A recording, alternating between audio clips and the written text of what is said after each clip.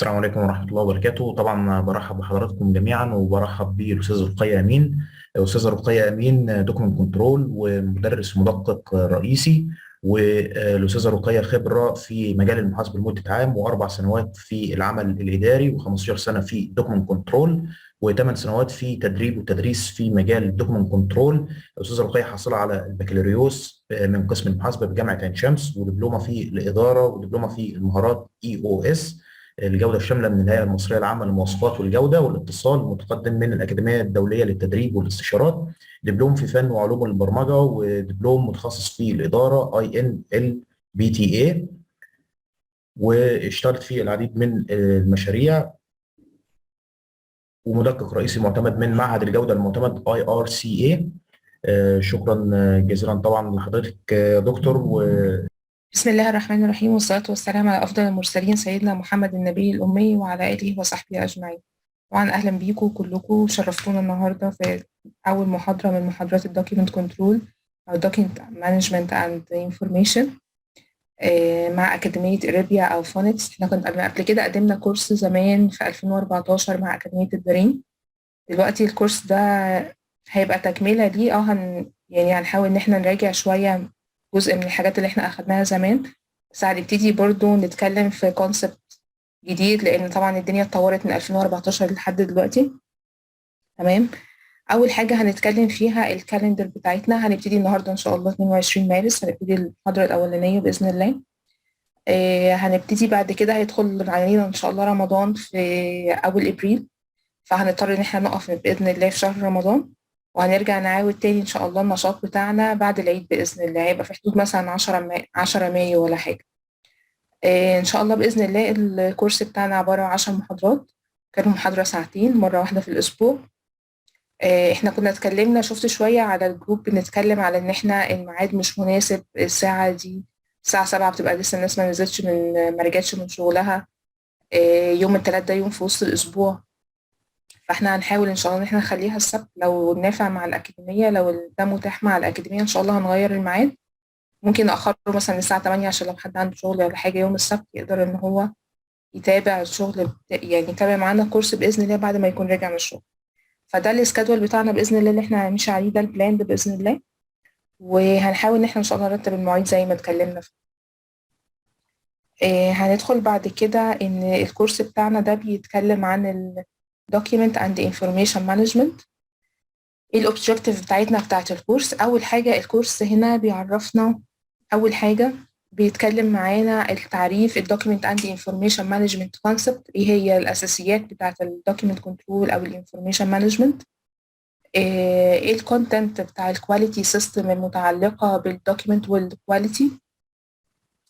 بعد كده ازاي الدوكيمنت كنترول بيقدر ان هو ييشيو وان هو يكنترول كل الدوكيمنتس بتاعته في البروجكت. طبعا احنا كده دلوقتي بنتكلم عن الكونستراكشن بروجكت سبيشالي، مش بنتكلم عن الاويل اند جاز، مش بنتكلم عامة عن الدوكيمنت بشكل عام، احنا بنتكلم عن البروجكت الكونستراكشن الموجودة مينلي في مصر. تمام. بعد كده ازاي بنتكلم ان احنا بنطور الكواليتي بوليسي والكواليتي مانيوال اوبريشن مانيوالز اللي احنا بنتعامل بيها. وكمان بنتكلم في الكورس ده ان احنا ازاي نقدر ان احنا نعمل procedures و work instructions خاصة بينا في المشاريع. كمان آخر حاجة بنأكد عليها إن أنت إزاي حضرتك بتقدر إن أنت تقدر تتعامل مع السجلات ومع الدوكيومنتس بتاعتك خلال فترة المشروع. إزاي تقدر تعمل لها مينتين، وإزاي تقدر تعمل لها ريتين، إمتى تتخلص من الدوكيومنتس دي، إمتى بتحاول إن حضرتك تعمل لها ريجستر، إمتى بتعمل لها ريبورتات، كلام من كده. كل ده طبعا according الستاندرد بتاعت الايزو 9001 على 2015، هي دي الستاندرد اللي احنا هنشتغل عليه. طيب، مين اللي المفروض يحضر الكورس ده؟ او ليه انا احضر كورس زي كده؟ ليه احضر كورس عن document control؟ اولا عندنا سببين. اولا الدوكيمنت كنترول منتشرة في حياتنا بطريقة غير طبيعية. اي حد فينا شغال في شركه كونستراكشن محتاج ان هو يعرف الكونسبت بتاع الدوكيمنت كنترول ماشي ازاي، محتاج ان انا يعرف ان انا بكنترول الدوكيمنتس ازاي، بتعامل معاها ازاي، يعرف وظائف الدوكيمنت كنترول، يعرف ان هو ايه المهام الوظيفيه بتاعته، ايه السكوب بتاعه، وظيفته بيعمل ايه، شغال ازاي، علشان اقدر ان انا اتعامل مع الدوكيومنتس دي بطريقه صحيحه. طيب الكورس ده هل هو موجه للدوكيمنت كنترول بس؟ لا، الكورس ده موجه للدوكيمنت كنترول والعاملين في شركات الكونستراكشن، عشان حضرتك تقدر تعرف الراجل ده شغال على انه سيستم، السيستم بتاعه شغال ازاي. لازم حضرتك تفهم هو شغال ازاي علشان تقدر تتعامل مع الدوكيومنتس اللي هو بيتعامل بيها. انا دلوقتي شغال على السيستم، انا باخد الحاجه دي وبسكنها وببتدي ان انا اتعامل مع الدوكيومنتس وبحطها عندي على السيستم. لو المهندس اللي عندي مش قادر ان هو يدخل على السيستم ده او مش عارف المعلومه اللي هو بيدور عليها موجوده فين بالظبط على السيستم، هيحتاج ان هو يعني يطلب المساعده من الدوكيومنت كنترول ده. دي مش وظيفه الدوكيومنت كنترول. وظيفه الدوكيومنت كنترول ان هو يتعامل مع الدوكيومنتس ويعمل لها ديستريبيوشن ويخليها واضحه ومتاحه لكل العاملين الموجودين. طيب انا بوظيفتي كمهندس او انا كاستشاري او انا وات انا شغال في ايه، او انا درافت مان، سهران في الشغل بدور على حاجه والدوكيمنت كنترول مش موجود، اضطر ان انا اساله على المعلومه دي، ولا لازم ان انا ممكن ان انا اعرف الماب اللي هو شغال عليها ازاي، وازاي هو بيقدر ان هو يسيب المعلومه فين، المعلومه الصحيحه فين، الابديتد فين، اخر ريفيجن عندي على الحاجه فين. كل ده هيساعدني في الكورس ان انا اعرف اوصل. طيب احنا هنقدر كمان هنغطي ان شاء الله في الفتره باذن الله بتاعه الكورس دي النمبرنج سيستم، الريجستريشن، الديستريبيوشن، طريقه توزيع الدوكيمنت ازاي في المشروع عندنا، ازاي انا بقدر اعمل الدوكيمنت دي فيه فولو اب، ازاي انا بقدر اتعامل مع مختلف انواع الدوكيمنتس الموجوده قدامي. طيب هل كل الدوكيمنتس حاجه واحده؟ هل كل الدوكيمنتس بتحتاج ان هي بيحصل لها ريفيو في وقت واحد؟ هل كل الدوكيومنتس بتبقى مهمة زي بعضها؟ ازاي بقدر ان انا احدد البرايفسي بتاعت كل دوكيومنت؟ مين ممكن يشوف الورقة دي؟ الورقة دي مهمة لمين بالظبط؟ فاحنا بنبتدي نتعامل مع الدوكيومنت دي. فده اللي احنا هنغطيه ان شاء الله طول فترة الكورس. تمام؟ طيب مين اللي ممكن يحضر معانا الكورس ده؟ اول حاجة الدوكيومنت كنترولرز. كل الدوكيومنت كنترولرز اللي شغالين في المجال، الجداد والبروفيشنال ولسه الناس الجونيورز الجداد والناس الكبيره، لان هو بالنسبه يعني الراجل اللي خلاص اشتغل في المجال وبقى بروفيشنال فيه، هيبتدي ان هو يعمل ريفرش للمعلومات اللي عنده. الراجل اللي لسه صغير هيبتدي ان هو يفهم الكونسبت. انا هو عارف ان هو بيعمل الحاجه دي، عارف ان هو بيعمل 1 2 3، بس هيفهم هو ليه بيعمل كده، ايه اهميه القصه اللي هو بيعملها دي، انا ليه لازم اخلي عندي كل الرينيمينج بتاع الدوكيومنتس اللي عندي كلها ماشي في سيكونس واحد لو انا ماشي مانوال. ليه كل الدوكيومنتس اول ما تيجي لازم اعمل لها ريجستريشن واعمل لها سكان في نفس الوقت عشان مفيش حاجه تضيع منها. فهو هيبقى فاهم ايه الكونسبت من إيه الهدف، ايه الفايده من الحاجه اللي هو بيعملها دي، هيبقى مقتنع بيها، مش هينساها تماما، مش هيحس ان دي حاجه ورك لود عليه هو بيعمله زياده. ده بالنسبه له هيبقى ايه، تمام، هو كده هيبقى فاهم الدنيا. طيب مين تاني؟ اي ريكورد كليرك او اي مانجرز. المانجرز طبعا مهم ان هم يبقوا عارفين الناس اللي تحت منهم شغاله ازاي، الناس اللي تحت منهم شغاله في ايه، عشان ده هيفيدهم في اللي هم يبقوا عارفين الورك لود اللي عندهم قد ايه، يبقوا عارفين الناس دي مضغوطه قد ايه، عارفين الناس دي هتفضى امتى، يومها بيبقى عامل ازاي، يومها بيبقى ماشي ازاي. تمام. مين تاني؟ التكنيكال اسيستنتس، الناس المساعدين، مساعد مدير المشروع، المساعد الفني اللي موجود في المشروع، الادمنز اللي موجودين في المشروع، دول برضو حاجه زي كده هتفيدهم، لان هو هيبقى وهو بيطلع مثلا لتر او هو بيكتب جواب، هيبقى فاهم ايه الحاجات اللي لازم يراجع عليها في الجواب، الريفرنسز لازم تبقى مظبوطه ازاي، الديتس، الانكلوجر الموجود مع الجواب اللي هو هيطلعه. كل الحاجات دي مهم ان يعرفها كل التكنيكال ادمنز الموجودين او الادمنز او الاسيستنتس الموجودين في المشروع. كمان محتاج ان هو كل افراد المشروع اللي موجودين شغالين في الكونستراكشن بروجكت لازم برضو يبقوا عارفين ايه الكونسبت بتاع الدوكيمنت كنترول او الدوكيمنت مانجمنت عشان يعرفوا يتعاملوا معاه بطريقه صحيحه. اخر حاجه كل اللي شغالين في الكونستراكشن كومبانيز محتاجين ان هم ياخدوا اندكشن عن الدوكيمنت كنترول علشان يبقوا عارفين اهميته وعارفين يتعاملوا معاه ازاي، عارفين لو احتاجوا له في اي وقت، او ان هم لو اضطروا ان هم يقوموا بالجوب دي في وقت من الاوقات يعرفوا ينفذوه. طيب طبعا مستر احمد كان هو اتكلم عني. انا رؤية احمد امين، خريجة كلية تجارة جامعة عين شمس. اشتغلت في المجال مجال المحاسبة شوية، واشتغلت في مجال الإداري شوية، وبعدين اشتغلت بقى من 2014 إلى الآن. أنا بشتغل في المجال اللي هو التدريس أو المجال بتاع التريننج بتاع الدوكيمنت كنترول. اشتغلت من دوكيمنت كنترول من حوالي 2006 مثلا في الكونستراكشن كومبانيز، في انجينيرنج كومبانيز، إلى يومنا هذا الحمد لله. فده بريف مختصر عني. طبعا انا كان بودي طبعا ان انا اتعرف عليكم، بس ما شاء الله العدد كبير.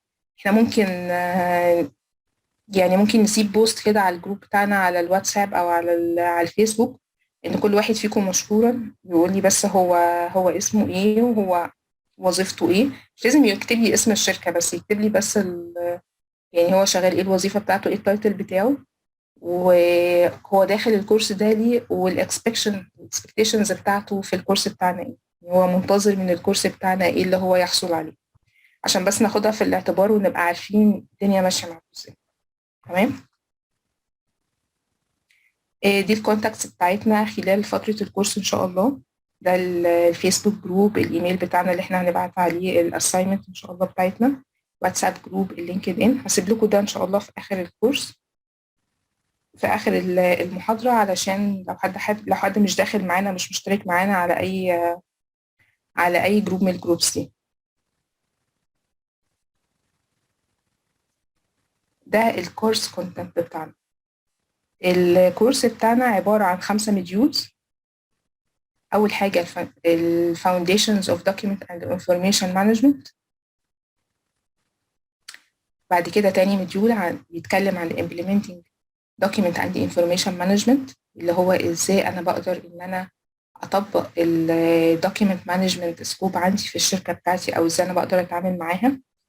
بعد كده مديول نمبر 3 اللي هو الريكورد مانجمنت، التسجيل بتاع الدوكيومنتس عندي عن طريق اذا كان تسجيل يدوي، او اذا كان تسجيل اوتوماتيك، اذا كان انا عندي سوفت وير مثلا بشتغل عليه ولا لا.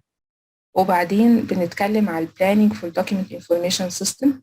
لو انا عندي اي دي ام اس مثلا بشتغل عليه، فانا ازاي اقدر ان انا اعمل البلان بتاعته عشان ان انا ابتدي اشتغل عليه. في اخر حاجه تطبيق الدوكيمنت عند انفورميشن سيستم جوه الشركه بتاعتي بيطبق ازاي. اول حاجه انا طبعا لازم اعمل لاي حاجه بلان، فبالتالي بعد ما عملت البلان وخلاص حطيتها على الورق ببتدي ان انا اطبقها. طبعا التطبيق ما بيحصلش فجاه او مره واحده، لازم التطبيق بيحصل على مراحل. فاحنا هنا هنتكلم عن المراحل بتاعه تطبيق السيستم في اي شركه من الشركات. هنبدا النهارده باذن الله الموديول الاول Foundations of Document and Information Management. هنبتدي النهارده، هي دي المواضيع اللي احنا هنتكلم فيها. اول حاجه لازم نفهم الكونسبت الاساسيه للدوكيمنت انفورميشن مانجمنت.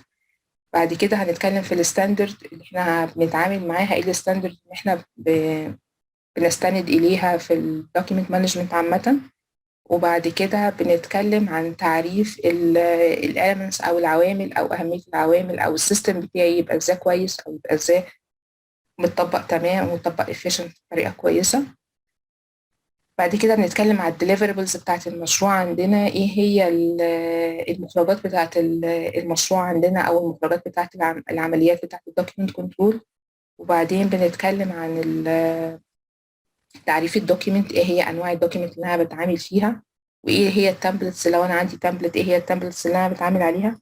واخر حاجه بنتكلم فيها الترانسميترز اللي احنا بنقدم فيها الدوكيمنت بتاعتنا، الكفرز اللي احنا بنقدم عليها الدوكيمنتس نسميها ترانسميتد. طبعا لو حد بالنسبه له المجال لسه جديد هتبقى بالنسبه له المصطلحات دي فيها مشكله. احنا هنحط تيبل كده فيه كل المصطلحات اللي احنا بنتعامل بيها خلال الكورس ان شاء الله، او بنتعامل فيها عامه في الكونستراكشن دوكيمنت او الكونستراكشن فيلد، علشان لو في حد لسه مش داخل المجال قوي، او بالنسبه له المصطلحات دي صعبه بالنسبه له، هيبقى بالنسبه له بعد كده سهل ان هو يتعامل. هنحاول بقدر الامكان ان احنا ما نتكلمش بمصطلحات معقده شويه، او ان يكون شويه احنا بنتكلم باللغه شويه. هنتكلم بحاجه تكون بسيطه، علشان لو حد لسه داخل المجال من الاول تماما، او لسه معانا جينيورز، يبقى بالنسبه لهم الموضوع سهل ان هم يتعلموا. اول حاجه النهارده هنتكلم فيها، يمكن النهارده هنغطي ان شاء الله اليوم كله باذن الله هنغطي الجزئيه دي.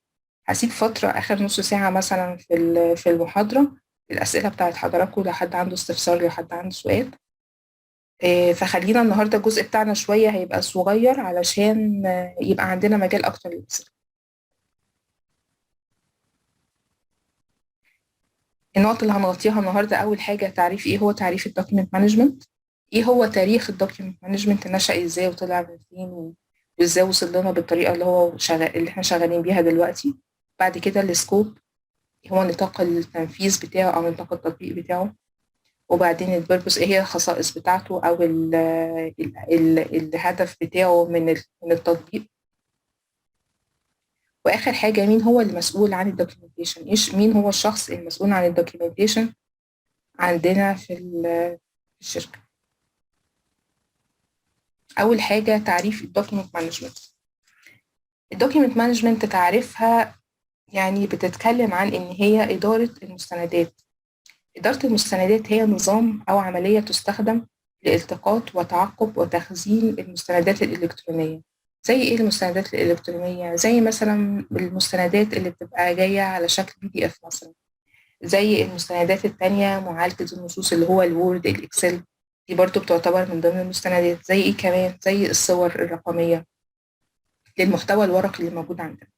فإحنا عندنا السيستم الدوكيمنت مانجمنت سيستم ده بنقول هو إزاي بيقدر يدير المستندات بجميع أشكالها. إزاي حضرتك بتقدر من ساعة ما تدخل لك ورقة في الشركة عندك لحد ما تطلع بشكل ريبورت أو لحد ما تطلع بشكل ليتر متسلم لعميل أو لكلاينت، أو دوكيمنت عليها ريسبونس من الشركة بتاعتك، عليها تكنيكال ريفيو مثلا، أو حصل لها إن هي حصل لها تكنيكال ريفيو. فكل البروسيس دي كلها من أولها لآخرها اسمها دوكيمنت مانجمنت. تمام. الإدارة المستندات دي بتوفر لك وقت كتير جدا، وبتوفر لك فلوس، وبتوفر لك حاجات كتير. يعني تخيل حضرتك كده انت عندك أوضة كاملة مليانة ورق من جميع الأنواع، جوابات على على مستندات مهمة، على عقود، على حاجات تكنيكال، حضرتك مش مرتبهم بشكل صحيح. تعالى كده فكر ان انت تدخل تدور على حاجة فيهم مش معمول لهم سيريال، مش معمول لهم، مش مترتبين في مكانهم الصحيح. حضرتك هتاخد وقت قد ايه علشان توصل لمعلومة انت عاوزها؟ طيب فرضنا ان حضرتك بتحط كل الورق ده في مكان واحد، مش وارد ان ورقة مثلا تطير من الورق ده، ورقة تضيع، ورقة يحصل لها دامج، يحصل لها انه حاجة تقع عليها ما تعرفش توصل لها في يوم من الايام. ده كده الريسك اللي بيقابل كل الناس اللي موجودين معانا في السيستم ده. لان حضرتك وارد ان الورقه دي تكون ورقه مهمه، تكون حاجه مثلا بتثبت حقيه حضرتك في جزء معين في المشروع، او في سكوب مثلا معين، او في فلوس المفروض ان حضرتك بتطالب بيها حد تاني. لو الورقه دي ضاعت حضرتك مش هتعرف تثبت حقيتك بالكلام ده. طيب فرضا ان حضرتك عندك نفس الاوضه دي، بس انت متاكد ان مفيش حاجه ضاعت، فانت هتاخد وقت فيها كبير جدا عشان تقدر توصل للمعلومه اللي انت عاوزها. طيب فرضا حضرتك حطيت كل الحاجات جنب بعضها، يعني مثلا لو انت مثلا احنا بنجيب الجوابات بنحطها مع بعضها في فولدر معين، او بنحطها لوحدها في جنب واحد من الاوضه دي، بقيه الاوضه تانية متقسمه كل حاجه تبع نوعيه الورق اللي هو موجود منها ده. طيب لما نيجي ندور برضو فيها، حضرتك بعيدا عن ان انت هتتعب هتلاقي ان انت مش مرتاح وانت داخل تدور في الاوضه دي. فبالتالي الدوكيمنت مانجمنت دي نشأت علشان تخليك بتدور على حاجه بأريحيه، بتوصل للمعلومه بطريقه سهله وسلسه. فرضا ان الشخص المسؤول عن الدوكيومنتس دي في يوم من الايام مش موجود، او في يوم من الايام ساب الشغل او تاب او تفر، حصل اي حاجه له. لما حضرتك لو انت مش عندك سيستم قوي، اللي هيجي يدور على المعلومه وراه مش عارف يوصل لها، لان هو الوحيد اللي عارف المعلومه دي يعرف يوصل لها ازاي. طيب انا دلوقتي عندي الحاجه محطوطه في مكانها، بيتعمل لها ابديت ديلي، الحاجه بتجيلي من بره بتتحط على طول وبيتعمل لها الرينيم بتاعها عشان تبقى موجوده. هيبقى سهل جدا على حضرتك، حتى الشخص ده لو مش موجود، ان الحاجه بتبقى اخر مره هو موجود فيها هتلاقي الحاجه كلها مترتبه في نفس المكان. ده اللي احنا بنتكلم فيه في الدوكيمنت مانجمنت، ان احنا بنقول ان ده بيوفر لنا وقت وفلوس كتير جدا، وبيوفر لك امان للدوكيمنت بتاعتك، بيخليك انت مرتاح ومطمن ان الدوكيمنتس بتاعتك دي، وان كل النولج اللي عندك او المعلومات اللي موجوده، الانفورميشن اللي موجوده عندك في الشركه موجوده في امان، وان انت سهل ان انت تتحكم فيها وسهل ان انت توصل لها في اي وقت انت عاوزه. وبالتالي انت بتقدر ان انت بتشوف ان انت لو حبيت ان انت تعمل عليها اوديت في اي وقت بتعرف توصل لها، او بتلاقي نتائج الاوديت بتاعتك تمام. يعني فرضا ان الشركه دي مثلا محتاجه ان هي تاخد ايزو، لازم هي تبقى ماشيه على مانجمنت رول معينه علشان تقدر تحصل على الشهاده دي. فلو حضرتك عندك السيستم ده من الاول، او انت ماشي على التراك ده من الاول، مش هتاخد وقت معاك ان انت تقعد ترتب الكلام ده. مش هتلاقي متطلبات الايزو بالنسبه لك حاجه سهله جدا، مش هتاخد فيها وقت، ومش هتاخد فيها ان انت تعلم التيم اللي عندك الكلام ده. فده بيبقى سهل جدا عليك ان انت لو بدات فروم سكراتش ان انت تظبط الورق بتاعك وتحطه على سيستم، ايفن حتى لو سيستم مانيوال. احنا طبعا كل المتجه دلوقتي في الوقت اللي احنا موجودين فيه ده دلوقتي، ان كلنا شغالين على برامج، او شغالين على سوفت وير، او على اي دي ام اس والكلام ده. بس ستيل احنا النهارده بنشرح النظام المانيوال. ليه؟ لان في الاخر انت حضرتك لو عندك برنامج احنا بتشتغل عليه، وحضرتك بالنسبه له يوزر داتا انتري، حضرتك بتدخل بس الداتا بتاعتك على البرنامج ده. بس هل انت وانت بتدخل الداتا دي هيجي لك الراجل اللي بيعمل لك التريننج على الكورس ده، او على البرنامج ده، هيجي يقعد مع حضرتك مثلا يومين يقول لك حضرتك لما تحب تدخل الداتا بتعمل الحاجه الفلانيه، حضرتك لما بتحب تدور على معلومه بتدور في الخانه الفلانيه، حضرتك لما بتحب تعمل ريبورت بتطبع من الايقونه الفلانيه. طيب هل انت كده بقيت دوكيمنت كنترول بروفيشنال؟ لا طبعا، لان انت مش فاهم ايه الكونسبت بتاع الدوكيمنت كنترول. احنا عندنا اساسيات في الدوكيمنت كنترول، حاجات ما ينفعش تمشي من غيرها، حاجات حضرتك لو انت فاهمها هتقدر تتناقش مع مدير المشروع بتاعك وتقنعه بوجهة نظرك، لان انت عندك ستاندر ماشي عليه. انت مش ماشي من مزاجك، انت مش بتقول ان كده احلى فانا خلاص ده مريحني فانا هعمل ده.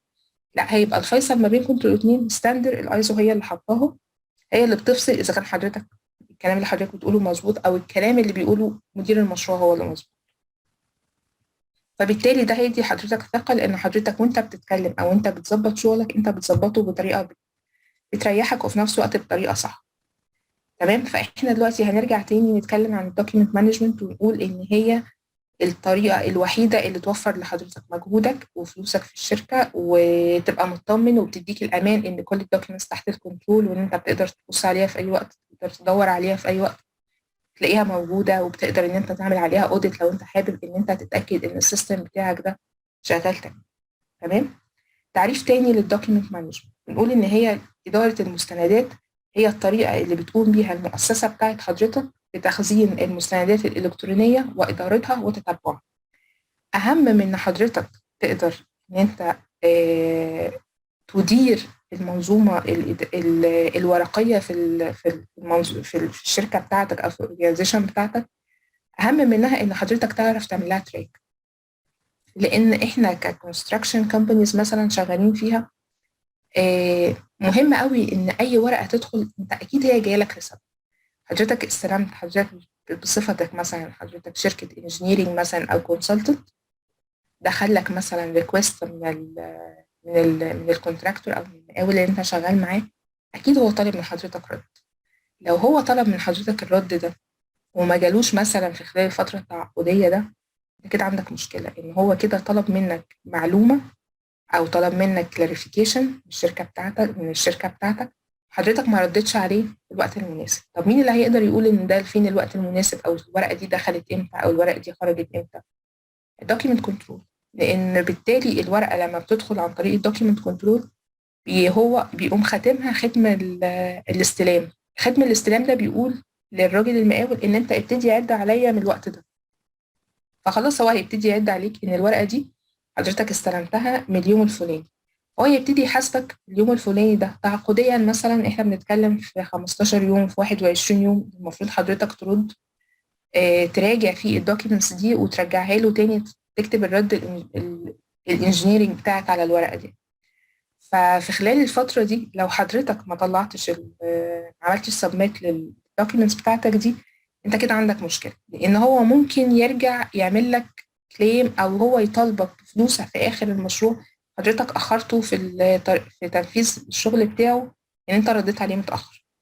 دي حاجه من الناحيه العمليه. طب من الناحيه النظريه الثانيه، مش هيبان ان انت عندك كنترول على الدوكيومنتس بتاعتك، مش هيبان ان انت عندك الناس شغاله او الناس بتتابع شغلها. فوظيفه الدوكيمنت كنترول اللي ماشي على سيستم كويس ان هو يدي لحضرتك الارم ان الدوكيومنتس دي محتاج الرد عليها في الوقت الفلاني، ان الدوكيومنتس دي بيندنج عندي، ان انا بعمل لها تراك، ان هو يفضل يشوف الدوكيومنتس دي مسؤوليه مين في الشركه بتاعته لحد ما تطلع ويطلع لها رد منها. وانس ان انا طلعت لها الرد من شركتي، يبقى انا كده خلاص عملت الدوكيومنت دي تراك، بعد كده عملت لها سكان وحفظتها في مكانها، كده الدوكيومنت خلاص انا خلصت كل السكوب بتاعي عليه. فانا كدوكيمنت كنترول هي دي وظيفتي من ساعه ما استلم اي دوكيمنت داخلي الشركه لحد ما تطلع من عندي. طبعا السكوب بيختلف، احنا عارفين ان احنا عندنا اكتر من مجال في الكونستراكشن، اذا كان طبيعه عملك حضرتك في الشركه، اذا كانت مالك او اذا كانت مقاول او كنت او استشاري بتختلف، او ان حضرتك سب كونتراكتور بتختلف بطبيعه التاسك واقفه عندك فين. هل حضرتك اللي بتنشيت التاسك دي؟ هل حضرتك اللي بتنشيت الدوكيمنت دي؟ انت اللي بتعمل لها انت اللي بتبتدي ان انت تشتغل عليها الاول، حضرتك اللي بتعملها فروم سكراتش بعد كده بتسلمها للكونسلتنت، ولا انت حضرتك بتعمل ايه؟ فاحنا هناخدها من كل السكوبس، يعني احنا هنبتدي الدوكيومنتس، هنبتدي نشرح الدوكيومنتس من ساعه ما بتطلع من عند المقاول، علشان يبقى الدوكيمنت كنترولرز اللي شغالين مع المقاولين فاهمين الدنيا ماشيه عندهم ازاي ومتنظمه عندهم ازاي، وهو فاهم برضو حقوقه والواجبات اللي عليه تجاه الكونسلتنت اللي هو الدوكيمنت كنترول التاني اللي شغال مع الكونسلتنت، ويبقى عارف ايه العلاقه اللي ما بينه وما بين الكلاينت برضو هو هيبقى محتاجه في ايه. فمهم جدا ان كل واحد يبقى عارف الواجب اللي عليه، ويبقى عارف مسؤولياته، ويبقى عارف حقوقه عند الاطراف الموجوده التانية في المشروع ايه. ده شيء مهم جدا وهيساعدك جدا جدا ان انت تبقى انت عارف ان هو ما حدش يضحك عليك ويشيلك شغلانه مش بتاعتك. يعني مثلا كنا بنتكلم زمان قوي في الدوكيمنت كنترول، كنا بنقول في الكورس الاولاني بنقول ان الدوكيمنت كنترول مش سكرتاريه، مش ادمن، ما تعملوش ان هو اركايف، ما تعلموش، ما تحاولش ان انت تتعامل معاه على انه حد بيتقال له اعمل كذا وهو هيعمله. حضرتك سكوبك مختلف تماما، مع احترامي طبعا للناس بتوع الادمن وبتوع السكرتاريه، بس احنا سكوبنا مختلف كدوكيمنت كنترول. سكوب الدوكيمنت كنترول هو بيبقى عارف هو هيعمل ايه، مش مستني ان يجي حد يقول له اعمل كذا، لان هو عارف التاسكس الموجوده عنده. فمهم جدا ان حضرتك تبقى عارف التاسكس الموجوده عندك، تبقى عارف ان انت ملزم ان انت تقدم كل شهر ريبورت مثلا شهري عن الستيتس اللي موجوده عندك في المشروع، ايه واقف عندك، طب وايه واقف على حد تاني، طب انت حاجتك المفروض اللي عند الناس هيترد عليها امتى. ان حضرتك تبقى دايما عارف ان الدوكيمنت اللي تحت ايدك الديدلاين بتاعها ماشي ازاي. مهم جدا انت تعرف الكلام ده، مهم جدا ان انت تبقى عندك آلية تعرف تقدر تعمل بيها تراكنج للمشروع بتاعك، علشان في الاخر هي دي وظيفة الدوكيمنت مانجمنت عندك. وظيفتك ان انت تبقى تقدر تحط كل المشروع على التراك، ان انت ما تبقاش متأخر في حاجة، ان ما يبقاش عندك ورقة المفروض ان في مهندس تاني يرد عليها وحضرتك ما فكرتش المهندس او ما بعتلوش الارم. مش وظيفتك ان انت ترد عليها، بس وظيفتك ان انت تعلمه ويبقى عندك اثبات ان انت تعرفه ان الحاجة دي بندج عند حضرتك وان هيحصل عليها تأخير لكذا وكذا، علشان تبقى الآلية كلها يبقى في الآخر التأخير مش عندك، تبقى انت حضرتك عرفته ان هو في مشكلة في ديبارتمنت معينة، بالتالي الهيد سكشنز يبقوا عارفين، بالتالي انت تبقى مسؤوليتك ما عندكش اي مسؤولية في الموضوع. تمام. ده بالنسبة للتعريفات بتاعة إدارة المستندات. طيب ايه الهيستوري بتاع إدارة المستندات؟ يعني إدارة المستندات دي طلعت امتى او كانت عبارة عن ايه؟ بالنسبة للدوكيمنت مانجمنت بيقولوا إن في الثمانينات، طبعا الحاجات دي كلها يعني ريسيرش، يعني إحنا حاجات مش متأكدين منها، يعني الناس يقال إن هم موجودين في الوقت ده. زي مثلا الدوكيمنت كنترول، يقال إن الدوكيمنت كنترول بدأت، السيستم بتاع الدوكيمنت كنترول بدأ من أيام عصر الفراعنة. قال لك إن كان هم عندهم برديات وعندهم كالكوليشنز وعندهم دروينج ورسومات للبناء، كانوا محتفظين بيها من أيام الفراعنة. كانوا هما بيحتفظوا بكل مستندات البناء موجودة عندهم، بس كانت عندهم مشكلة إن هو شخص واحد أو جماعة واحدة اللي بتحتفظ بكل الدوكيومنتس بتاعة البناء دي. فإحنا ما كناش فاهمين هل هو ده مثلا كانت وظيفة الدوكيومنت كنترول في وقتها، مثلا كان هو في شخص مسؤوليته إن هو يجمع كل معلومات البناء او كل الرسومات بتاعه البناء دي او الكالكوليشنز او الحاجات دي كلها بيجمعها هو لوحده، تفضل موجودة في مسؤوليته هو. بعدين شفنا بقى في عصر الرومان كمان كانوا بيعملوا نفس القصة دي، الموضوع تطور معاهم شوية وبدأوا إن هم يخلوا الدراسات دي برضو documented، بيحتفظوا بيها من بعد ما يخلصوا كل مشروع عندهم أو الحاجات دي. بعد كده دخلنا بعد كده في العصر اللي بيسموه العصر اللي بيسموه إيه ثانية.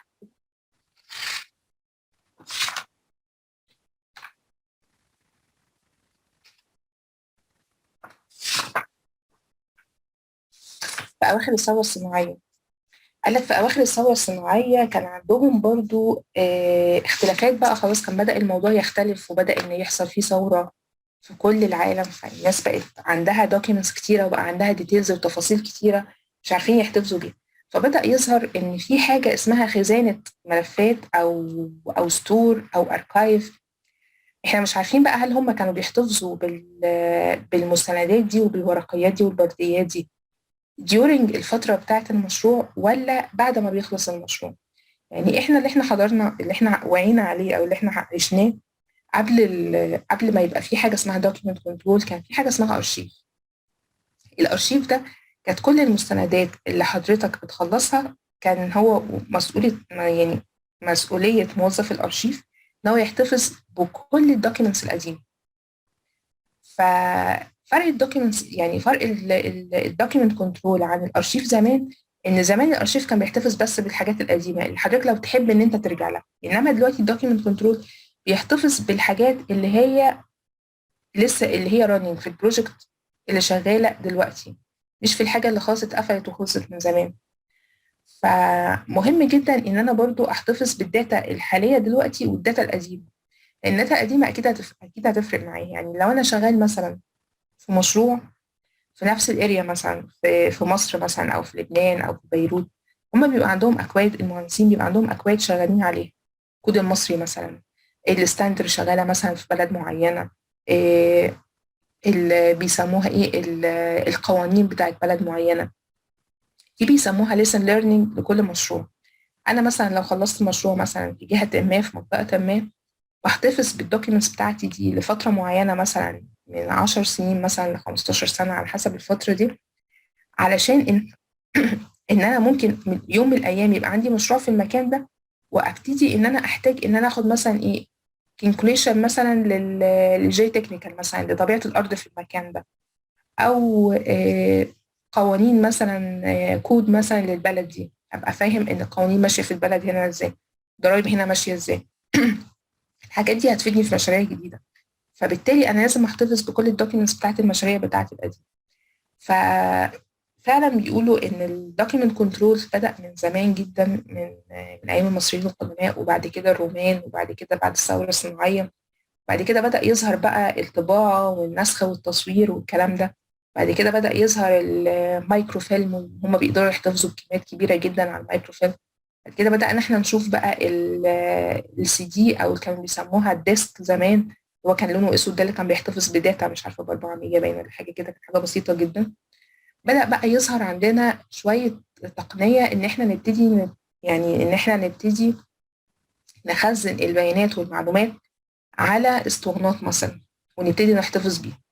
شوية شوية بدأ الموضوع يتطور عندنا دلوقتي لحد ما وصلنا إن إحنا بقينا بنعمل سيستمز كاملة علشان نحتفظ بيها بالدوكيومنتس بتاعتنا، ترفع على سوفت ويرز أو على سيرفرز تبقى موجودة، بحيث إن حضرتك مجرد بس ما أنت بتعمل عليها سيرش وتكتب اسم الدوكيمنت أو اسم أي حاجة مشابهة للدوكيمنت دي، تاريخها، أي معلومة أنت بتدور عليها، تقدر إن أنت توصل للمعلومة دي بسهولة.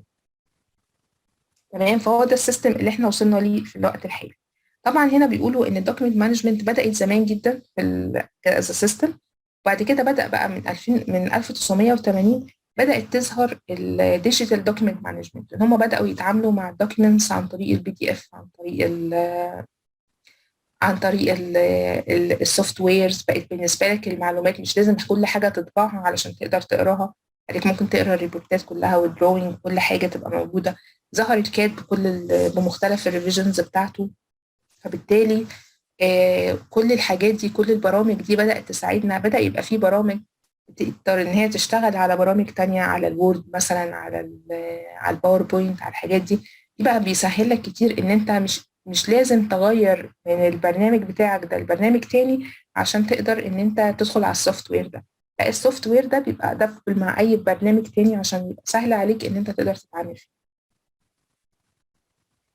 تمام. طيب، ايه هو نطاق التنفيذ بتاع الدوكيمنت مانجمنت في المشروع؟ طبعا باختصار، كل الدوكيمنت بتاعت المشروع لازم الدوكيمنت مانجمنت بتاعتنا تبقى ابلاينج على كل المشروع عندنا، كل التكنيكال دوكيومنتس الموجوده في المشروع. ما ينفعش ابقى انا ماشيه مثلا على سيستم ايزو في جزء في ديبارتمنت مثلا من الشركه، والشركه الثانيه مش ماشيه معايا على نفس السيستم. هتحس ان هما الاثنين مش بيتكلموا نفس اللغه، زي اكنك جايب اتنين، واحد ياباني والتاني هندي، هما الاثنين مش عارفين يتواصلوا مع بعض. الدوكيمنت دي لازم تبقى مكتوبه بلغه واحده، لازم تبقى معروفه، لازم تبقى ماشيه على نفس السيستم، ماشيه على نفس الكونسبت. ما ينفعش حضرتك تبقى بتعمل ابديت مثلا على لوج واحد مثلا، او على نوع دوكيمنت معين، مش بتعمل ابديت على بقيه الدوكيومنتس التانيه. لازم طالما حضرتك هتعمل ابديت يبقى تعمل ابديت على كله، علشان تقدر توصل للمعلومه بسهوله، عشان يبقى السيستم عندك ماشي. فالدوكيمنت اللي حضرتك هتطبقه ده هيبقى ماشي على كل التكنيكال دوكيومنتس سيرفيس الموجوده عندك في الشركه. تمام. طيب، ايه الهدف؟ انا ليه بعمل ده؟ انا ليه بعمل الدوكيمنت مانجمنت والكلام الكبير ده، وابتدي ان انا اضيع فيه وقت وان انا اشغل فيه ناس؟ اولا، ان انت لازم حضرتك لما تيجي تتعامل مع الدوكيمنتس تبقى متاكد من 3 حاجات. متاكد ان هي ابروف، ان الورقه اللي انا ماسكها دي ورقه معتمده، مش حاجه مش معتمده، مش حاجه مش متوافق عليها. اكن حضرتك مثلا عملت مثلا تصميم لحاجه واشتغلت عليه، خاصة تنزل تنفذه في المشروع. طبعا ده مش منطقي، وده مش اللي احنا بنعمله في المشاريع بتاعتنا. حضرتك لازم عشان يبقى عندك دوكيمنت مثلا، لازم تبقى الدوكيمنت دي معتمدة، ولازم تكون معتمدة من جهة اعتماد معروفة. أنا مثلا كمقاول قدمت عندي دروينج، شوب دروينج مثلا، لازم الشوب دروينج دي تروح للكونسلتنت عشان ان انا اقدر ان انا انفذها.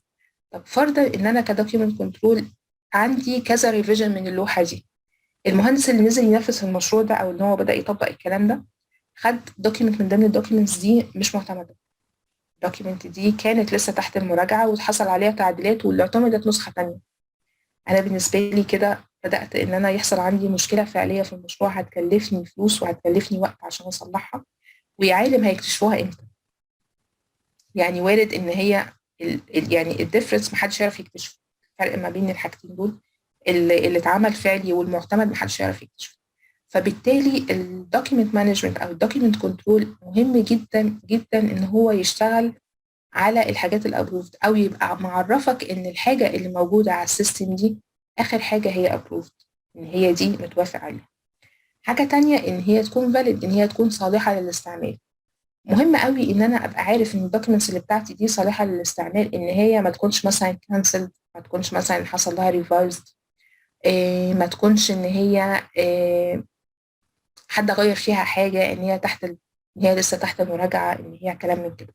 فمهم جدا كمان ان هي تكون اب تو ديت، ان تكون دي اخر نسخه عندي من الدوكيمنت، ما يبقاش عندي طلع لها ريفيجنز تانية، انا ماسكه ريفيجن 0 وهي دي اللي انا نازله اطبقها في المشروع، وانا عندي انا شغاله على ريفيجن 3 دلوقتي، واللي فاينل ابروف متاخد على ريفيجن 3.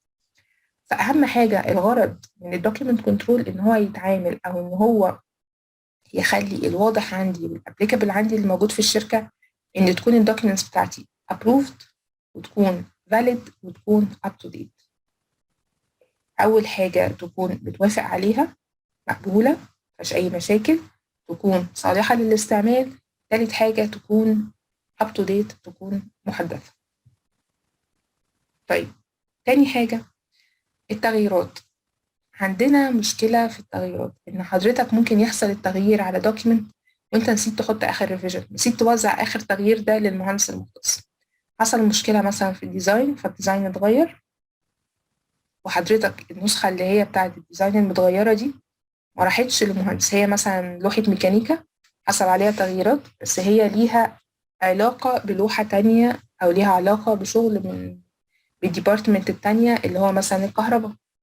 فحضرتك خدت اللوحة دي اديتها لبتاع الميكانيكا ونسيت تعرف ان الراجل بتاع الكهرباء ان هو حصل عنده تعديل في لوحة من اللوح دي مشكلة مين؟ دي مشكلة الدوكيمنت كنترول برضه، ان حصل تغيير. عشان كده احنا بنقول ان احنا لما بيحصل عندنا توزيع للدوكيومنتس، لما باجي ان انا اعمل ديستريبيوشن لاي دوكيمنت من عندي، لازم اعمل حاجه اسمها ديستريبيوشن ماتريكس، مواصفه كده، ان هي تقول ان الدوكيمنت دي المفروض تروح لمين فور اكشن، تروح لمين فور انفو، المعلومه دي هتروح لمين عشان يبتدي ان هو ينفذها، ولازم مين يبقى عارف المعلومه دي بعدين، بحيث ان انا لما يحصل عندي تغيير على الدوكيمنت دي، لما اروح اوزعها اسبير المواصفه اللي انا خدتها قبل كده، اللي انا وزعت عليها الدوكيمنتس دي قبل كده، علشان يبقى كل التغيرات الموجوده عندي في المشروع، كل اللي ليهم علاقه او ليهم صله بالتغيير ده يبقى هم عارفين. فهنا بنقول ان هنا التغيرات والكارنت ريفيجن ستاتس، لازم اي تغيير عندي بيحصل على اي دوكيمنتس لازم كل الناس اللي ذو صله بيهم لازم يبقوا عارفين. دلوقتي هم بالنسبه للسوفت ويرز اللي الناس بتتعامل بيه، اي سوفت وير بيحصل في الاول حضرتك بتبتدي ايه بقى، ايه بيسموها ايه، توفقوا او تعرفوا على السيستم، تخلي السيستم ابليكابل عندك على شغلك او على شركتك. ازاي؟ ان حضرتك بتقول والله انا عندي المهندس بتاع الكهرباء، الهيد سكشن بتاع الكهرباء اسمه كذا، الهيد سكشن بتاع الميكانيكا اسمه كذا، وبتاع المعماري وبتاع الاستراكشر اسمهم كذا. حضرتك بتدخل الداتا دي للسيستم علشان يعرف ان هو اي تعديل على اي لوحه في الميكانيكا هيبعت لفلان. طب لو اللوحه دي ريليتد للكهرباء وللميكانيكا يبعت لفلان وفلان. هتلاقي كل واحد عنده تعديل على دوكيومنتس مثلا عنده، بيتبعت له نوتيفيكيشن يقول له ان حصل تعديل على الحاجه الفلانيه، وبيعمل كانسل او بيعمل هولد او بيدي لك اي اشاره كده يعرفك ان الدوكيمنت دي، ان السوفت وير اللي حضرتك شغال عليه ده، حضرتك مش يعني ان اللي حضرتك اللي شغال عليه ده مش الابديت، ده مش اخر حاجه، مش هي دي اخر ريفيجن انت شغال عليه. فبالتالي حضرتك هتبقى عارف ان اخر معلومه دي شغال عليها. بس احنا قلنا احنا هنا مش هنشرح الجزء اللي خاص بالسوفت ويرز، الجزء اللي هو خاص بالشركات اللي عندها سوفت وير شغال عليه. احنا هنتكلم على الحاجات المانيوال، الحاجات اليدويه اللي احنا شغالين عليها. بنفترض ان الشركه دي ما عندهاش اي حاجه سوفت وير، وبنحاول ان احنا نبتدي على البيز من الاساس، من ساعه ما قالوا يا دوكيمنت كنترول هنشوف الدنيا من اول كانت ماشيه ازاي، ايه الكونسبت، ايه الستاندرد اللي احنا هنمشي عليه، هو ده اللي احنا هنتكلم فيه. تمام. فهنا بنقول برضو ان الغرض للدوكيمنت كنترول ان هو يراعي التغيرات الموجوده في الدوكيمنتس الموجوده، ويعرف الناس العاملين عليها ايه هو اخر ريفيجن احنا شغالين عليه. تمام. بعد كده بنتكلم كمان في الفايلز. هنا بنتكلم عن السكيورتي. انا دلوقتي عندي مثلا documents خاصة، مثلا أكتر حاجة بتبقى احنا بنتكلم عنها في السكيورتي بتبقى مثلا الحاجات اللي ليها علاقة بالحسابات، الحاجات المالية، المعلومات دي أكتر معلومات احنا بنبقى عارفين إن في ديبارتمنت معينة بس هي اللي بتبقى مسؤولة عن الجزئية دي، مش كل الشركة المفروض تعرف المعلومة دي. فبالتالي الدوكيمنت مانجمنت بيعمل برايفسي على دوكيمنت معينة، إن هو بس اللي يقدر يشوف الدوكيمنت دي، طب بقية الديبارتمنت التانية هيشوفوا بس اللي يخصهم. فبالتالي برضو الدوكيمنت مانجمنت ده بيخليك تحدد صلاحيات كل حد في الشركة عندك، وبيخليك كمان تقول ان مين يعمل ايه. يعني انا مثلا عندي مثلا سيرفر وانا بحط الداتا عليه، لازم اقول ان الناس كلها تبقى فيور للسيستم، مين اللي محتاج ان هو يغير، فلان وفلان وفلان، هم دول بس اللي هيعدلوا، بحيث ان حضرتك كل ما حضرتك بتقلل عدد الناس اللي بتعرف تعدل او اللي شغاله اللي عندها صلاحيات كتير، كل ما حضرتك قدرت ان انت تكنترول السيستم عامه. السيرفر عندك كله لازم يبقى قليلين قوي اللي بيقدروا يعملوا كل التعديلات فيه، ما تديش الصلاحيات لكل الناس، فبالتالي لما تحصل مشكله ما تبقاش عارف الصلاحيه عند مين. بس لو حضرتك عندك الصلاحيات الكامله عند 2 أو 3 موجودين في الشركه عندك، هتقدر تعرف ان الموضوع محصور ما بينهم هما الاثنين. ساعتها هتقدر تكتشف مين اللي عمل الغلطه او المشكله عند مين. لان وارد لو انا مدي صلاحيات لكل الناس اللي في البروجكت عندي او كل الناس اللي في الشركه عندي على السيستم، وارد ان حد هو شغال ان هو يعمل شيفت ديليت بالغلط. وارد ان هو الحاجه دي يشيلها من هنا يحطها هنا لو هو عنده كامل الصلاحيه. انما لو انا عارف ان الدوكيومنتس دي صلاحيتها مع الدوكيومنت كنترول، هو اكتر حد عارف ان هو هياخد باله ان مفيش حاجه اسمها شيفت ديليت، ان مفيش حاجه اسمها ان انا اسيب الكمبيوتر بتاعي من غير باسورد، مفيش حاجه اسمها ان انا اي حد يدخل مكتبي واي حد ممكن يلعب على الجهاز بتاعي. كل الحاجات دي بتبقى محظورات حضرتك بتبقى بتاخدها في احتياطك عندك علشان ما تحصلش منها مشكله. لان وارد ان حد يبقى قاعد على جهازك مثلا ما ياخدش باله يعمل ديليت بالغلط، ورقه عندك على المكتب وقع عليها كوبايه شاي، طب هتعمل له ايه؟ فكده خلاص حاجه عندك خربت، مش هتعرف تعمل فيها اي حاجه. فبالتالي احنا هنا بنتكلم ان انت حضرتك لازم ان انت تقدر تتعامل مع الدوكيومنتس بصلاحيات معينه، تقدر تحدد كل واحد ايه هي صلاحياته. في نفس الوقت بتقدر تتعامل مع الدوكيومنتس دي ان انت تعرف تعمل لها مينتين، وتقدر ان انت توصل لها بطريقه سهله. يعني انا اقدر اتعامل مع الدوكيومنت دي، ادخلها، اعرف الريفيجنز بتاعها، اعمل لها ريجستريشن، اعمل لها كل الحاجه اللي هي عاوزاها، اعمل لها سكان، خلاص فايلتها في مكانها. ابتدي ان انا لما احب ان انا اعمل ريتريف للمعلومه دي او ان انا اعمل استرجاع للمعلومه دي، اقدر استرجعها بسهوله. ما اقعدش ادور على دوكيومنتس مثلا. انا لو بحتفظ بالبي دي اف مثلا من غير ما تبقى مثلا معمول لها رينيم مثلا، هتلاقيني بقعد ادور في كل حاجه مثلا لانها كلها اساميها شبه بعضها، هي واخده سيريال وهي بتتعمل سكان بس مش ملهاش اسم، ملهاش الماتيريال. لو انا بدور في ماتيريال في جوه كل الماتيريالز اللي انا استلمتها، هيبقى صعب عليا جدا ان انا اوصل للمعلومه.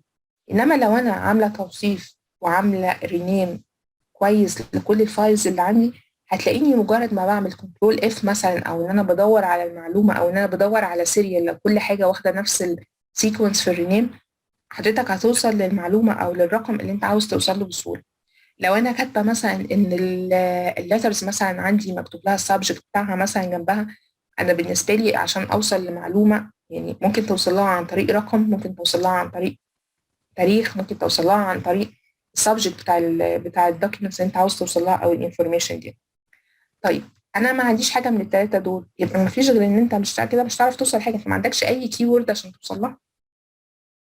وحضرتك ممكن تبص في الديت، حضرتك ممكن تبص في السبجكت. فانا عندي كل ما بسهل على نفسي كل ما بعرف اوصل للمعلومه اسرع، كل ما بيبقى بالنسبه لي الوقت اللي انا بقضيه ان انا اقعد ادور على حاجه او ان انا اقعد مش لاقيها، اولا هيبقى مظهرك قدام التيم اللي انت شغال معاه ان انت مش بروفيشنال. لان الف ب دوكيمنت كنترول ان انت تعرف توصل للمعلومه بسهوله وفي وقت لا يذكر. لو انت قعدت تدور عليه كتير، طب ما هو كان الراجل برضه هيقعد يدور عليه كتير، فين الفايده اللي انت عملتها؟ انما لو حضرتك مسهل على نفسك، اعمل هايبر لينكس مثلا في الاكسل مثلا، اعمل رينيم مظبوط مثلا، الدوكيومنتس متقسمه، الفايلنج اندكس بتاعك متقسم بطريقه كويسه، ده هيسهل عليك كتير. تمام. نتكلم بقى عن مين المسؤول عن كل القصه دي، مين اللي احنا المفروض ان كل دي هي مسؤولياته. دوكيمنت كنترول. طيب الموضوع ده يعني هيطول معانا شويه، تحبوا ناخد اسئله شويه نفصل وبعد كده نكمل تاني، ولا تحبوا نكمل على طول ناخد الاسئله بتاعتنا في الاخر؟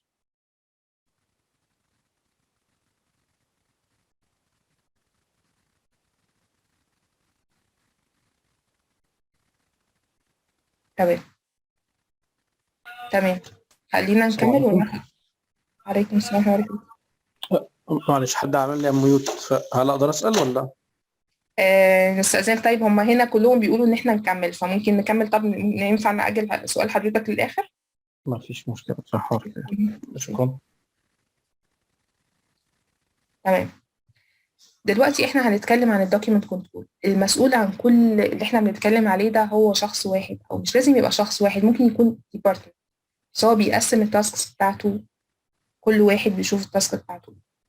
طيب اولا هنا هنتكلم هنا عن مين هو الدوكيمنت كنترول، ايه هي الكواليفيكيشنز بتاعته، ايه هي المهارات بتاعته، او بيسموها ايه المهارات بتاعته. ايوه. ايه هي مسؤولياته، الكارير بتاعه ماشي ازاي، بيبتدي بايه وبيبقى ايه في الاخر. واخر حاجه هيبقى المفروض ان هو ريبورتد لمين، مين هو مديره المباشر. اول حاجه مين هو الدوكيمنت كنترول؟ الدوكيمنت كنترول هو شخص مسؤول عن ان هو يدير المستندات في المؤسسه او في الاورجنايزيشن اللي هو شغال فيها بطريقه efficient، بطريقه كويسه ماهره، في وقت قياسي. بمعنى ان الدوكيمنت كنترول عندي ما ينفعش مثلا يبقى بيجي يعرفني عن الحاجات المتاخره بعديها مثلا، بعد مثلا الحاجه ما خلصت اتاخرت. طب يعني هو كده انا استفدت ايه لو هو مش بيديني الارم مثلا قبل المعلومه دي، قبل التاريخ بتاعه بكتير؟ طيب فدلوقتي احنا بنقول ان مراقب المستندات لازم يبقى عارف التايم بتاع كل دوكيمنت موجود عنده. تمام. فلازم يدير المستندات اللي هي بتبقى قدامه، اللي مستلمها واللي بتبقى في وحدته من اول المشروع لاخرها، لازم يديرها بطريقه احترافيه. يبقى عارف كل دوكيمنت وظيفتها ايه، ومين مسؤول عنها، وهي موجوده عندي ليه، وتفضل موجوده عندي قد ايه، ولازم اسلمها للمسؤول عنها في قد ايه. يعني انا مثلا ما ينفعش ان انا طول النهار مثلا افضل استلم في دوكيومنتس وبعدين اركنها عندي تقعد عندي مثلا اسبوع على مكتبي، والشخص المسؤول او المهندس المسؤول عن الدوكيومنت دي توصل له بعد اسبوع. انا كده خدت 7 ايام من ال 15 يوم بتاعه او ال 21 يوم اللي هو المفروض هيراجع فيها، او اللي هي المفروض جزء من المراجعه بتاعه او جزء من التاسك بتاعته. انا كده احتفظت بالوقت ده عندي، وده مش صحيح. المفروض ان المعلومه وانس ان هي توصل لي، او الدوكيمنت وانس ان انا استلمها كدوكيمنت كنترول، لازم على طول اعرف بيها الشخص المسؤول عنها عشان يبتدي هو يتحرك، لان هو اكيد برضو الشخص ده عنده سكادول تاني شغال عليه. فالسكادول ده لازم هو ياخد في اعتباره ان هو في تاسك جديده اتحطت على السكادول بتاعه، ولازم هو يرتب نفسه على هذا الاساس. تمام. فاحنا هنا بنقول ان الدوكيمنت كنترول مسؤول عن اعداد واداره المستندات في الوقت المناسب بدقه وفعاليه. اهم حاجه ان هو يكون بدقه. لازم اخد بالي ان انا الريفيجنز عندي بتفرق، ان انا الريفرنس عندي بتفرق، التريد بتفرق، النقطه عندي بتفرق. الدروينج نمبر لو انا دخلتها غلط في شيت اكسل لما هاجي ادور عليها مش هعرف اوصل لها دي.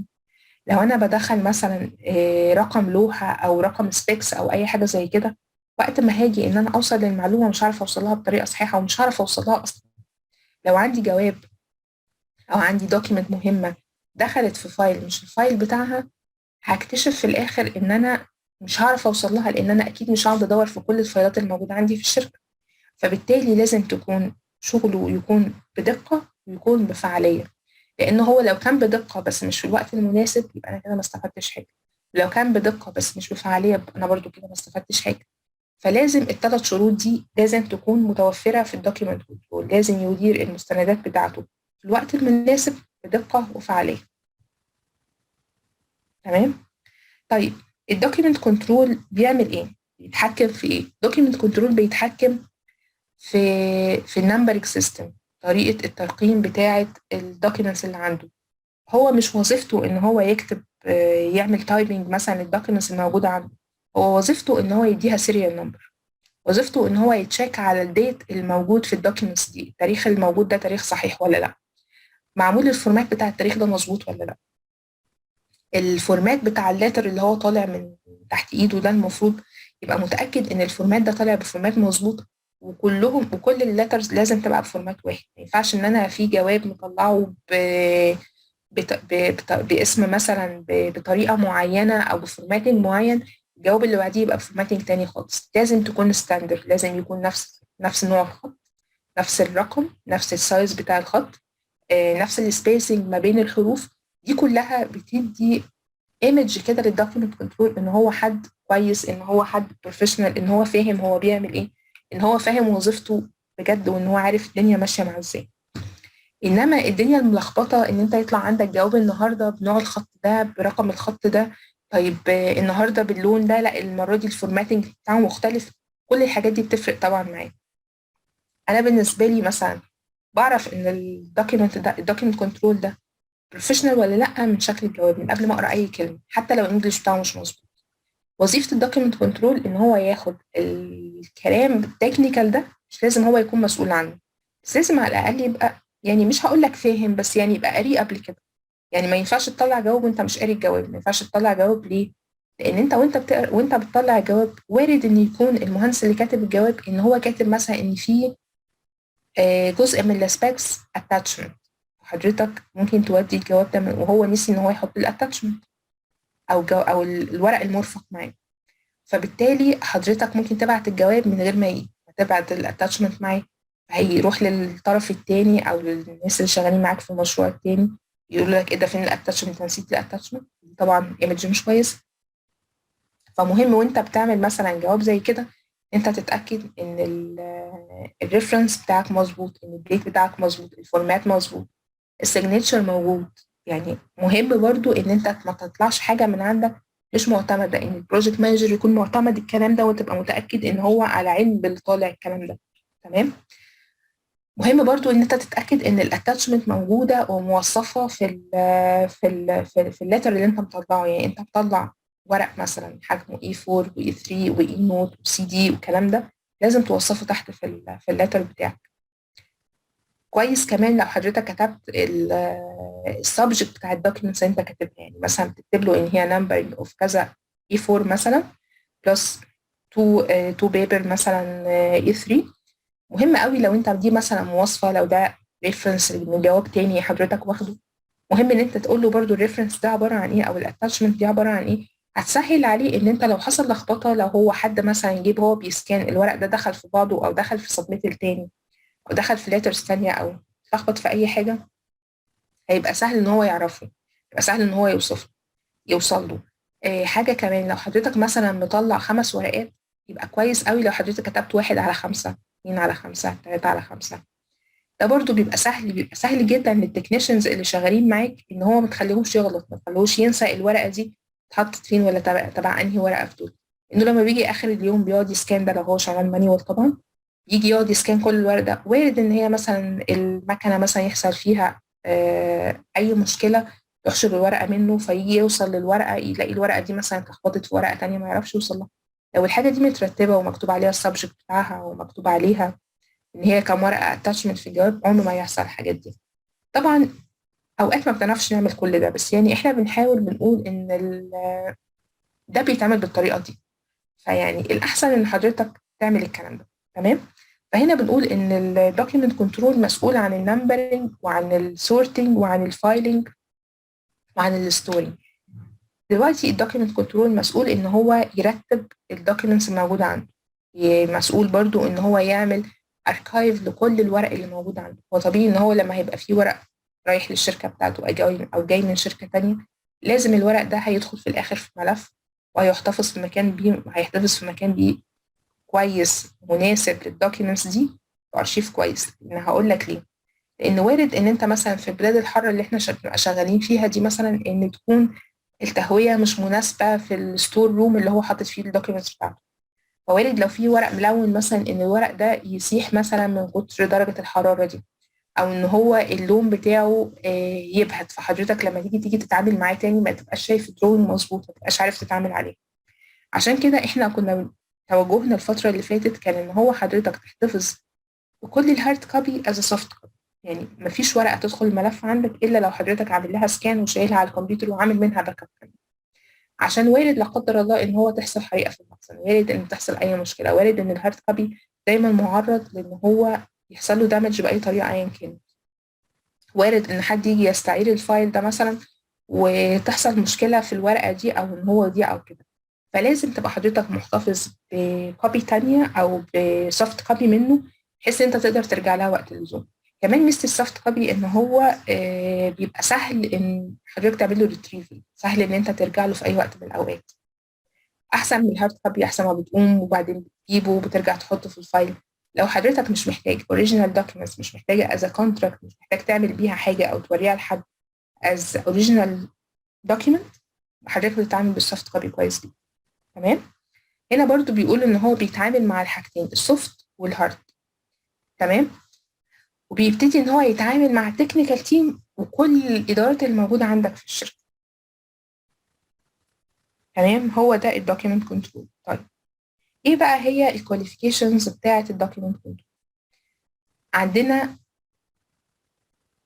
ثلاثه كونسبتس عن الموضوع ده. يعني هنا اول حاجه بنقول الاديوكيشن بتاعه، البيرسوناليتي، البروفيشنال سكيلز بتاعته. طيب اول حاجه الاديوكيشن. بصوا، هو يعني بالنسبه للدوكيمنت كنترول مفيش حد خالص على مستوى العالم قال ان الدوكيمنت كنترول لازم يكون حاصل على مؤهل معين. لا، هو بس اللي احنا محتاجينه في الدوكيمنت كنترول ان هو، ولا حتى لازم ان هو يكون خريج جامعه مثلا، او يكون معاه مثلا ليسانس او بكالوريوس او اي حاجه من كده. لان في دوكيمنت كنترولز تانيين شغالين برضو مش واصلين يعني مش واخدين، مش معاهم مؤهلات عليا، بس برضو بروفيشنال وشاطرين جدا وكويسين.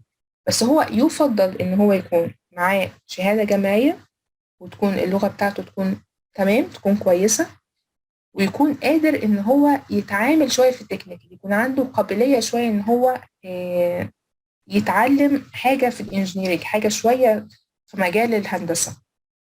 لان احنا طبعا بما اننا شغالين في كونستراكشن، فكل المجال اللي قدامنا ده كله هو كونستراكشن. فحضرتك يعني طالما شغال في نفس المجال، فلازم برضو تتعلم شويه مصطلحات، تتعلم شويه مفاهيم خاصه بيهم.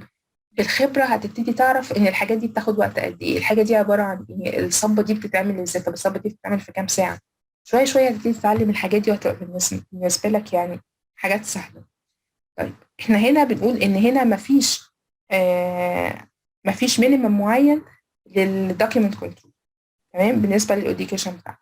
طيب بالنسبه للبرسوناليتي بتاعته، بالنسبه لشخصيته، اول حاجه لازم يكون يعتمد عليه ويكون امين.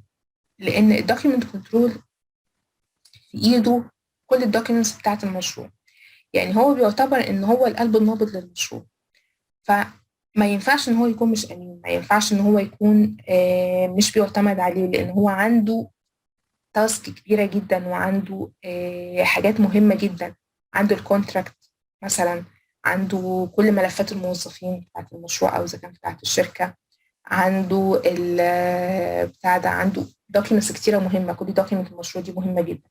فأول حاجة في شخصيته لازم يكون يعتمد عليه، ولازم يكون أمين في أداء الوظيفة بتاعته. لأن هو لو ما كانش أمين هيبقى عنده مشاكل كتيرة جدا، وهيبقى عنده أزمة ثقة في التعامل مع الناس التانية اللي شغالة معاه. طيب إيه تاني؟ إن هو يكون أكيوريت، إن هو يكون دقيق في كل حاجة. لما يجي حد يسأله على معلومة ما يجاوبش في ساعتها. دي دايما النصيحة اللي بقولها لأي حد، حتى لو أنت متأكد مليون في المية من المعلومة. خد وقتك، ارجع لفايلاتك، ارجع للسيستم عندك، وبعد كده قول لي المعلومة. دي هتستفيد منها حاجتين. أولا، تفهم اللي قدامك إن أنت مش ماشي شايل مشروع في دماغك، إن أنت بترجع لورق موجود فيه، أو بترجع لدوكيومنتس موجود فيها المعلومات دي. ثانيا، أنت تتجنب الخطأ تحت أي ظرف من الظروف. لو حضرتك قلت لأي حد بيسألك على حاجة، طب خليني أرجع أبص، أرجع أرد على حضرتك في السؤال اللي حضرتك بتسأل عليه، دي هتبقى حاجة في مصلحتك جدا، إن أنت عندك وقت إن أنت ترجع وتبص على الحاجة المعلومة، محدش هيلومك. بس لو قلت معلومة غلط اتسألت عليها، ساعتها أنت هتتحاسب على الغلط. فيفضل دايما إن حضرتك تاخد وقتك في السيرش بتاعك، تاخد وقت في التأكد من المعلومة. يعني أنا كتير ببقى في ميتنج مثلا بيتقال لي ده ترد عليه ولا ما تردش عليه. ما ينفعش أرد في وقتها حتى وأنا متأكدة إن هو ترد عليه. ممكن خليني أرجع وأشوف. طب ترد عليه إمتى؟ خليني أرجع وأشوف. تمام. ممكن ارجع في ثانيه ابص عليها واتاكد ان هي ماشي، طلعت وهي قدامي خلاص، والسكان بتاعها هو تمام، والريفرنس بتاعها كذا، خلاص تمام اوكي ماشي، هي ترد عليها في الوقت الفلاني. هتاخد منك ثانيه، بس ممكن في وقت تاني. حاجه تانيه كمان، ان ده بيدي لك ريزيرف ان انت تعمل سيرش لنفسك. فرضا انت دلوقتي الحاجه دي انت لسه شايفها ومتاكد ان انت شفتها، فهو لما سالك مديرك انت قلت له في الوقت الفلاني، هيجي في وقت تاني انت دماغك مش فايقه، انت مش مركز، انت اي حاجه ايا كانت، لو هيبقى منتظر منك ان انت تديله معلومه دلوقتي، مش هينفع تستنى عليه تاني، ان انت عودته ان انت المعلومه دلوقتي جاهزه عنده.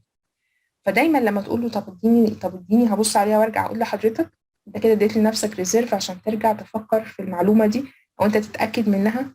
كده انت كسبت اكتر من حاجه. ما اديتلوش معلومه غلط، اديت لنفسك وقت ان انت تتاكد منها، ما خسرتش الرد على السؤال، كان عندك فرصه ان انت ترد على السؤال ده. تمام. لازم يبقى الدوكيمنت كنترول اكيوريت في كل حاجه هو شغال فيها، في مواعيده، في شغله، في تصرفاته مع الناس. تمام. حاجه تانية كمان، لازم يكون منظم. ما ينفعش دوكيمنت كنترول مهرجل، مش هيقدر يشتغل، لان كميه الدوكيومنتس اللي بنتعامل فيها في البروجكت، في ايا كان السكوب بتاعك صغير ولا كبير، كتيره. لو الحاجه دي مش منظمه، او انت مش بتنظم الحاجه بتاعتك ديلي، كل يوم، لو انت مش عندك تعمل التاسكس بتاعتك، مش هقول لك ان انت لازم تعملها كل يوم، ممكن تريح يوم، ممكن تريح يومين، بس انت لو طبيعي مش شخصيه منظمه، يبقى دي مش شغلانتك. لان الشغلانه دي للشخصيات المنظمه فقط، الناس اللي بتعرف تنظم وقتها، واللي بتعرف تنظم حياتها، واللي بتعرف تنظم شغلها وتنظم كل حاجه.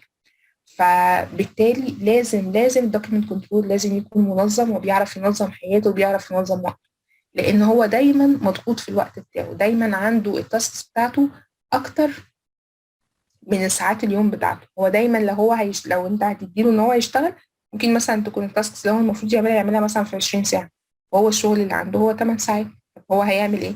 لازم يظبط اولوياته، ويعرف ايه اللي يبتدي بيه، ويعرف ايه اللي يتأجل، ويعرف ايه اللي يتعمل بعد كده. فبالتالي انت دايما عندك تو دو ليست لازم هتعملها امتى، لازم تبقى مرتب اولوياتك ازاي، علشان تقدر تنظم وقتك، وتقدر تعمل كل التاسك اللي عندك من غير ما تخسر او تنسى اي حاجه فيه. طيب، كنا لسه بنتكلم من شويه عن موضوع ان هو عنده التاسكات كتير، هو work under pressure. لازم تتحمل الضغط اللي بيحصل عليك، لان انت تخيل انت حد ادمن واحد او دوكيمنت كنترول واحد في المشروع على 25 مهندس. بتلاقي لكل واحد طلب مختلف، وكل واحد عاوز تاسك بتاعته معينة، كل واحد عاوز تساعده في حاجة، عاوز تدور له على حاجة. لأن احنا هندخل كمان في السكيلز، البروفيشنال سكيلز بتاعت الدوكيمنت كنترول، هتعرف ان هو بس مش مسؤول عن الدوكيمنتس، هو مسؤول عن المشروع كله. فلازم يكون عنده القدرة ان هو يقدر يتعامل تحت الاسترس، لازم يبقى عارف ان هو شغله كله ستريس، فلازم يقدر يشتغل تحت الضغط ده. ما يبقاش هو نفسه بيضغط، يعني يكون هو بيقدر يتعامل مع الضغط ده بطريقة كويسة، ان هو هيبتدي من ساعة ما ابتدى الشغلانة دي يفضل مضغوط لحد آخر عمره. تمام. لازم يبقى عنده communication skills، ان هو بيتعامل مع كل فئات المشروع، بيتعامل مع المهندس، بيتعامل مع مدير المشروع، بيتعامل مع عامل البوفيه، بيتعامل مع السواق، بيتعامل مع العمال الموجودين في المشروع، بيتعامل مع كل الناس. فلازم يبقى عنده communication skills كويسة، لازم يكون بيعرف يتعامل مع الناس دي بطريقة صحيحة، بيعرف يتعامل مع كل واحد على قد دماغه، وعلى ان هو بيفهم ازاي، او ان انت بيعرف يوصل له المعلومة ازاي، او بيعرف ياخد منه الشغل اللي بيعرف ياخده منه بأنهي طريقة. فالكوميونيكيشن سكيلز مهمة جدا في الدوكيمنت كنترول. طيب، تيم ووركينج. طبعا الدوكيمنت كنترول بيتعامل مع المهندسين اللي موجودين معاه في البروجكت، ومع مدير المشروع، والناس اللي شغاله معاه في شركته. طيب، بيتعامل مع مين تاني بره؟ بيتعامل مع البارتس التانية بتاعة المشروع. أنا مثلا لو بتكلم عن نفسي، مثلا أنا شغالة مثلا في مشروع as a consultant، فأنا عندي الدوكيمنت كنترولر بتاع الكلاينت بتعامل معاه، عندي الدوكيمنت كنترولر بتاع المقاول برضو أنا بتعامل معاه. فلازم ابقى عارفه ان انا اتعامل مع التيم وركينج، لان في الاخر كلنا تيم واحد، وكلنا بنبقى عاوزين هدفنا واحد، ان احنا عاوزين نطلع المشروع على احسن وجه، كلنا مش عاوزين نبوظ شغل بعض، وعاوزين يبقى كلنا شغلنا مظبوط. فلازم حضرتك تبقى قادر ان انت تتعامل مع التيم ده، مع اكتر من تيم في وقت واحد، تكون متعاون معاهم، تقدر تاخد منهم المعلومات اللي انت محتاجها، وتقدر تديهم برضو تساعدهم بالمعلومات اللي عندك. حاجة تانية، الليدر شيب سكيلز. انت بالنسبة لك، لان حضرتك يبقى عندك الستاندر، تبقى انت ماشي على ستاندر معينة، او ماشي على الايزو ستاندر، الناس اللي حواليك ما بتبقاش شغالة على الايزو ستاندر، او ما بيبقاش في دماغها الكلام ده. كل واحد بيبقى له كونسبت معين.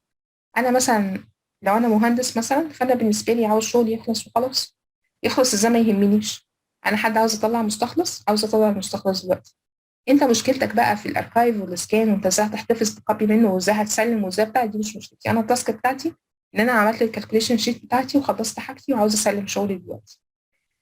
انا بالنسبه لي بقى كدوكيمنت كنترول، او بالنسبه للشخص بتاع الدوكيمنت كنترول، عنده تاسك تانية بعد ما هو يستلم منه الدوكيمنت دي، ولازم ياخد منها كوبي، لازم يعمل منها سكان، لازم يتاكد من الامضاءات ان هي دي كلها تمام، لازم ياخد منها سوفت كوبي، لازم يتاكد ان السوفت كوبي اللي طلع مع الهارد كوبي ده ان هو يكون شغال وتمام وزي الفل. كل الحاجات دي بتتعمل بعد ما المهندس بيخلص شغل. المهندس بيبقى مستعجل على حاجته، فانت لازم تعرف تليد القصه دي، لازم تعرف تليد ان انت هاو تو مثلا هاو تو ليد الدوكيمنت مانجمنت دي ازاي، ان انت تقدر توصل الدوكيمنت دي في الوقت المناسب اللي المهندس عاوز يعملها، بس في نفس الوقت تكون انت خلصت التاسك بتاعتك فيه. فلازم تبقى ليدر في المشروع بتاعك، لانك شويه شويه هتلاقي نفسك مسؤول مثلا عن الموبيلايزيشن، شويه مسؤول عن الستيشن بتاع المشروع، شويه مسؤول عن مش عارفه. فلو انت شخصيتك مش ليدر، مش بتعرف تليد الناس اللي حواليك، مش بتعرف تبقى انت قائد المجموعه ايا كانت المجموعه دي، حضرتك مش هتعرف تتعامل، لان ساعتها الناس اللي حواليك هتفرض سيطرتها عليك وهيخلوك انت تسمع كلامهم في الشغل بتاعك. يعني انا عاوز اطلع دي دلوقتي، هطلع دي دلوقتي ومش مشكله باخد السوفت كوبي بعدين، طبعا ما ينفعش. قبل ما اطلع اي حاجه لازم اكون محتفظه الكوبي عندي منها، قبل ما اي حاجه تطلع من عندي لازم اكون عندي كوبي منها، متاكده ان الحاجه اللي طالعه دي مظبوطه، لانها في الاخر لما ترجع هترجع لحضرتك، مش هترجع للمهندس اللي عملها. المهندس خلص التاسك بتاعته، في الاخر التاسك دي مسؤوليتك انت. فبالتالي لازم يكون ليدرشيب، لازم يكون ليدر على الديبارتمنت اللي هو شغال فيها او على الاورجنايزيشن اللي هو شغال فيها. تمام. حاجه تانية بروبلم سولفينج. مش كل مشكله هتواجهك في المشروع او في الشركه هتروح بيها على المدير بتاعك، لازم يكون في جزء من المشاكل انت بتعرف تحلها. فلازم يبقى انت بتقدر تهندل المشاكل اللي عندك من غير ما تطلع لمديرك. لو انت حضرتك طلعت من المشكله بتاعتك لمديرك، انت كده مستضيف، انت كده بتتعامل معاه ان انت بس ايه، بتاخد ده بتاخد من هنا بتودي هنا، بس انت ما عندكش اي يسموها ايه، اي سكيلز ان انت تحل مشاكلك الخاصه. لو انت عندك مشكله دلوقتي في الشغل وخلاص هي وقفت وانت مش لاقي لها حل، انت بالنسبه لك دورت لها على كل الحلول، حاولت تتناقش مع حد فيها عشان تلاقي لها حل، مش لاقي لها حل، فخلاص دي ساعتها تروح لمديرك، لان انت مش انت الوحيد بس اللي مسؤول عن المشروع، في ناس تانية مسؤولة، بس هي دي خاص مش في السكوب بتاعك. لو هي في سكوبك انت وانت تقدر تحلها، حلها على مستواك انت، مش لازم تطلعها في مستوى اعلى من مستواك، الا لو هي فعلا محتاجة تدخل لحد اعلى.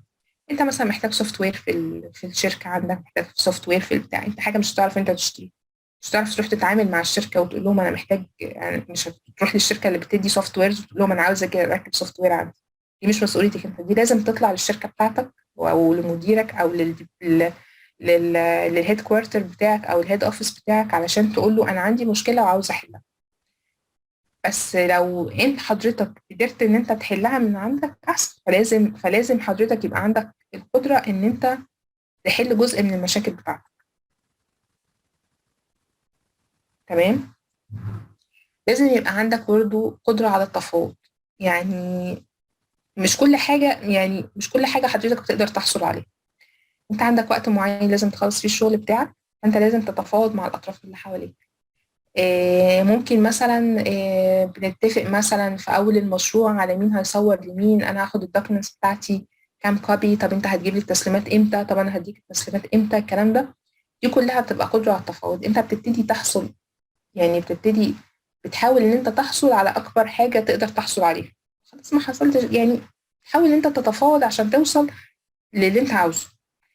فلازم يبقى عنده قدرة من المرونة ومن التفاوض، إن هو يكون بيعرف يتفاوض، مش اللي هو أنا عاوز كده وخلاص وماليش دعوة، حل أنت مشكلتك مع نفسك. ده هيبقى فيه مشاكل كتير جدا في المشروع ما بينك وما بين التيم. تمام. برضو كنا بنتكلم على التايم مانجمنت، لازم يكون عنده قدرة إن هو يدير وقته بطريقته. يعني ما ينفعش إن حد يجي يقول له اعمل كذا الساعة كذا، لا مش هينفع. حضرتك اللي عندك التاسك، حضرتك اللي عندك الفيو بتاعت الدنيا، انت شايف الدنيا عامله ازاي، وحضرتك اللي هتقدر تحدد اولوياتك وتحدد وقتك الحاجه دي هتخلص فين. بس لازم تسعى ان انت معظم التاسكس تخلص في الوقت بتاعك من غير اي تاخير. تمام.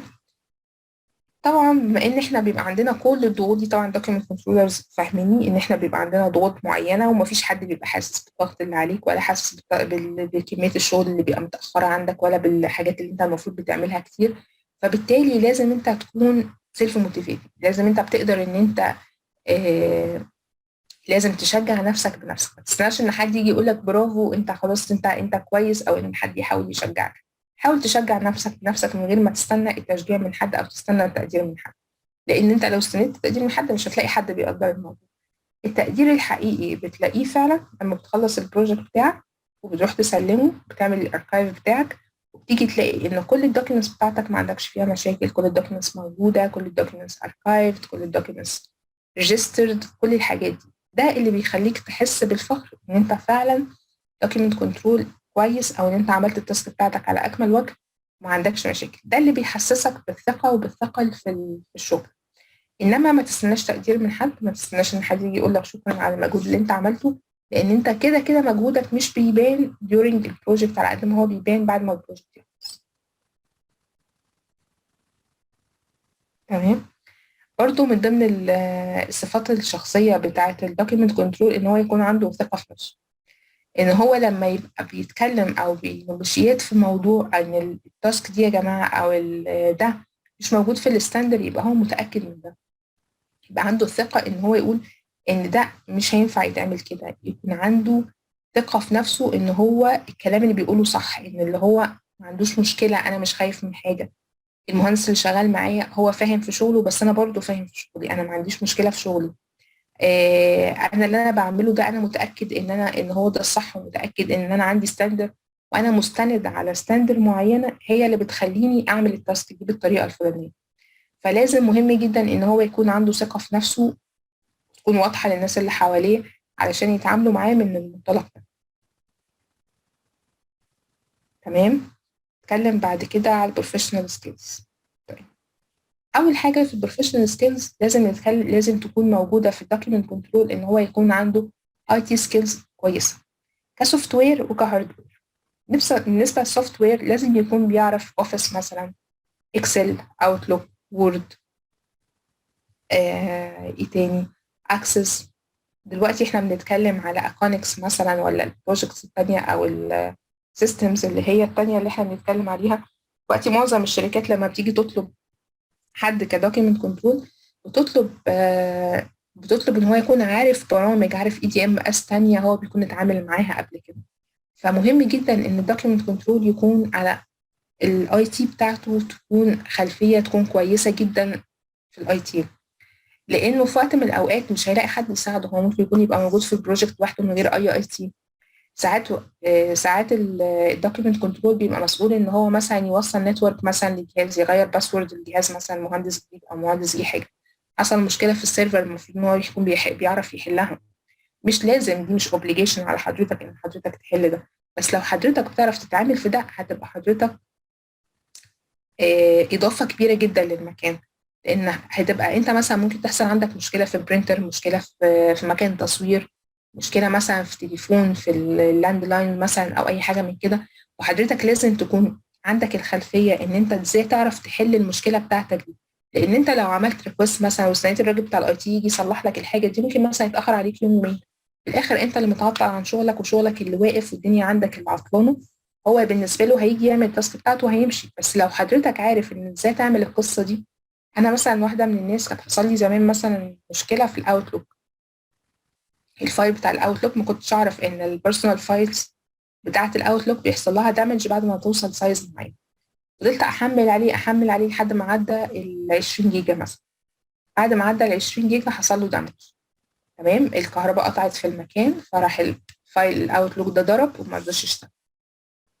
طبعا بالنسبه لي فايل الاوتلوك ده كان عليه كل الشغل بتاع الكلاينتس اللي احنا شغالين معاهم والكونسلتنت اللي احنا شغالين معاهم جوه وبره مصر، وما كانش عندي باك اب تاني في مكان تاني غير هو ده، ما كنتش بعرف اعمل فيه حاجه.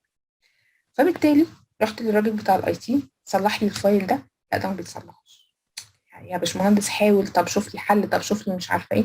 لا هو الفايل طالما كورابتد بالمنظر ده مش هيتصلح. طبعا انا بالنسبه لي، هو بالنسبه له مش هتتصلح خالص، هو كده ريح دماغه وعمل التاسك اللي عليه، وهو خلاص الفايل بالنسبه له كده ايه، خلاص دامج ومش هيعمل فيه حاجه. انا كدوكيمنت كنترول شغلي كله حياتي كلها السنه اللي فاتت دي موجوده على الفايل ده، فكان لازم الاقي حل. قعدت اعمل سيرش على اكتر من ويب سايت، على اكتر من حاجه، وبقيت اقرا كل السيرش اللي كنت بشوفه واللي كان بيطلع، كنت بجرب كل الحاجات لحد ما لقيت ان في طريقه كده معينه ممكن حضرتك تعملها، بس بشرط ان الجهاز ما يتقفلش لمده مثلا 72 ساعه، يفضل الجهاز مفتوح لانه هيعمل ريبير للفايل ده لمده 72 ساعه.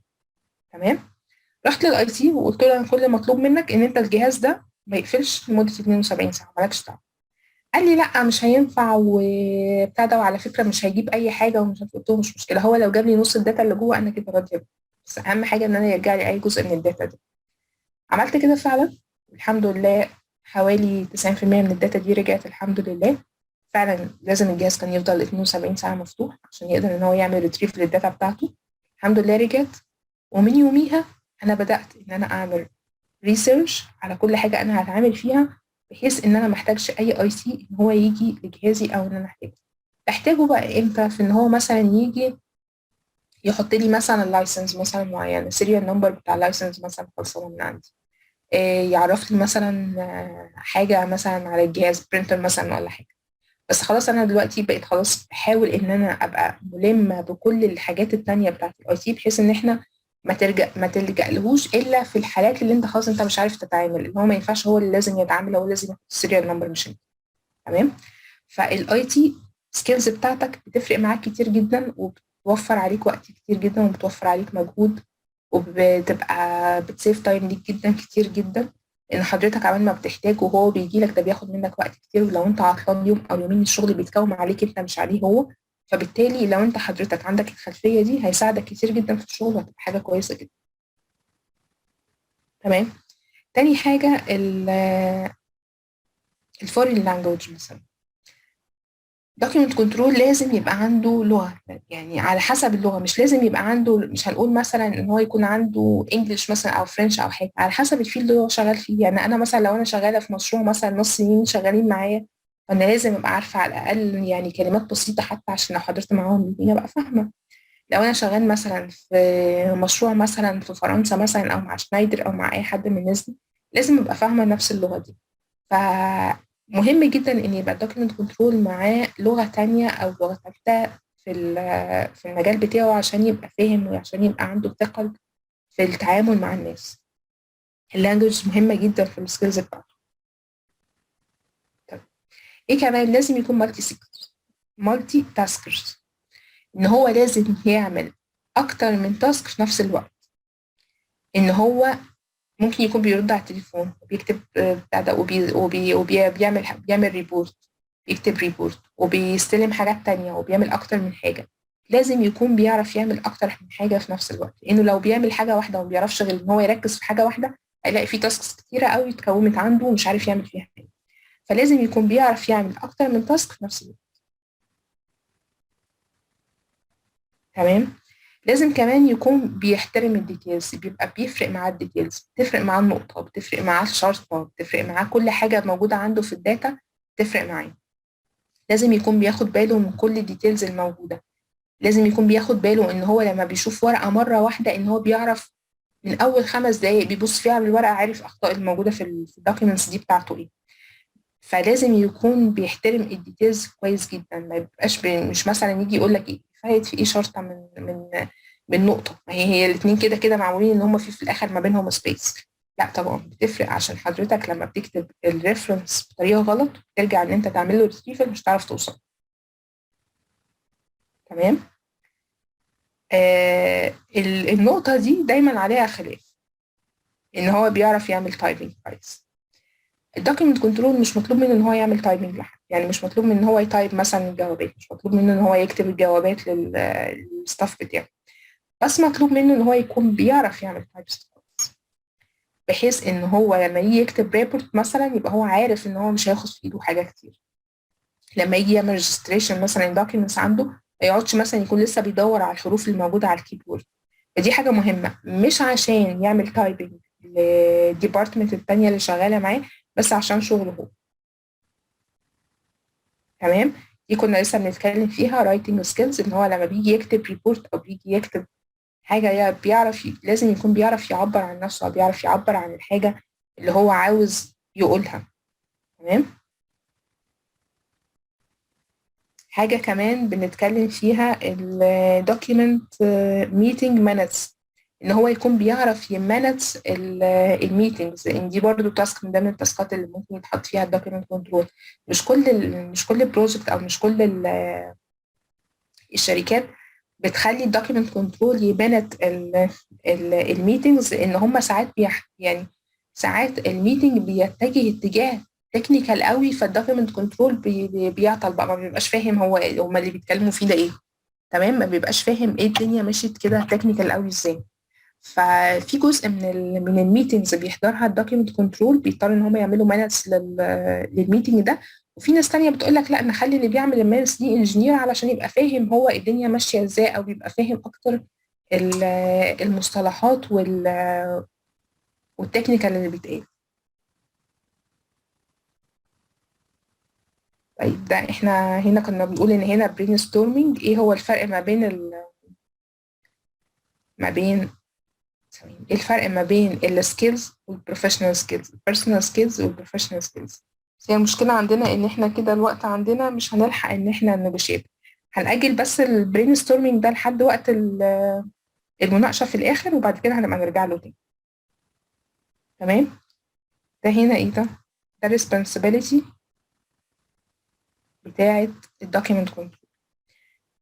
طبعا من خلال الكلام اللي احنا قلناه ده كله بدأنا ان احنا نفهم ايه هي الريسبونسبيلتي بتاعت الدوكيمنت كنترول. اول حاجه ان هو بيعمل سيت اب دوكيمنت سيستم. لو هو انا عندي سيستم هو اللي بيبتدي ان هو يحط الخطوط العريضه للسيستم بتاعي. ببتدي مثلا اقول ان الدوكيمنتس هتتسلم ازاي، الورك فلو بتاعها ازاي. فهو اللي بيحط السيستم لاي دوكيمنت ماشي عندنا، اذا كان هو هيتعامل مانيوال او هيتعامل اوتوماتيك في البروجكت ده.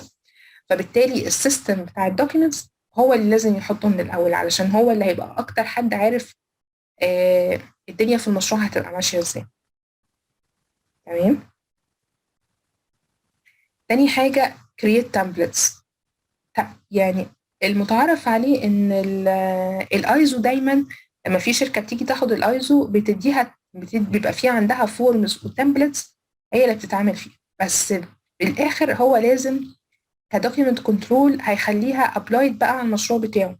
انا مثلا عندي المشروع كذا، هيبتدي ان هو مثلا التمبلتس بتاعته اللي هو خدها من الايزو او خدها من الستاندرد بتاعته من الكواليتي ديبارتمنت عنده، هيبتدي بقى يحط اللوجو بتاع الشركات، هيبتدي يظبط السيجنتشر بتاع الناس، اسامي الناس الموجوده اللي هتمضي، اسامي الشركات الموجوده. فالتمبلتس دي هو اللي هيبتدي يحط الحروف المبدئيه، او هيبتدي هو يحط كل البدايات بتاعتها من الاول. تمام. manage request for documentation. طبعا احنا قلنا ان الدوكيمنت كنترول الشاطر اللي هو ما يخليش حد يجي يسأله على اي دوكيمنت، هو بيبقى حاطط كل حاجة على السيستم. فبالتالي اللي عاوز يسأل على معلومة بيروح يدور فيها على السيستم، ولو ما قدرش ان هو يوصل لها لازم يرجع للدوكيمنت كنترول عشان يسأله على المعلومة اللي هو عاوز يوصل لها دي. ففي الاخر هو اللي بيشوف كل الريكوستات. لو حد بيطلب معلومة او حد بيطلب information او بيطلب document مثلا، فهو الوحيد اللي بيقدر يمانج الريكوست بتاعه ده. شوف بقى حد محتاج حاجة، حد مش عارف يدخل، حد النتورك بتاعته مش شغالة، حد الجهاز بتاعه مش شغال، أي حاجة من كده، فممكن إن هو يحتاج. كمان ممكن يكون في حد في ميتنج مثلا محتاج إن هو يوصل لمعلومة مش عارف يوصلها، ممكن يكلم حضرتك كدوكيمنت كنترول يسألك عليها أو يوصل لك من خلالها يعني. فدي برضو من ضمن الريسبونسبيلتيز بتاعته.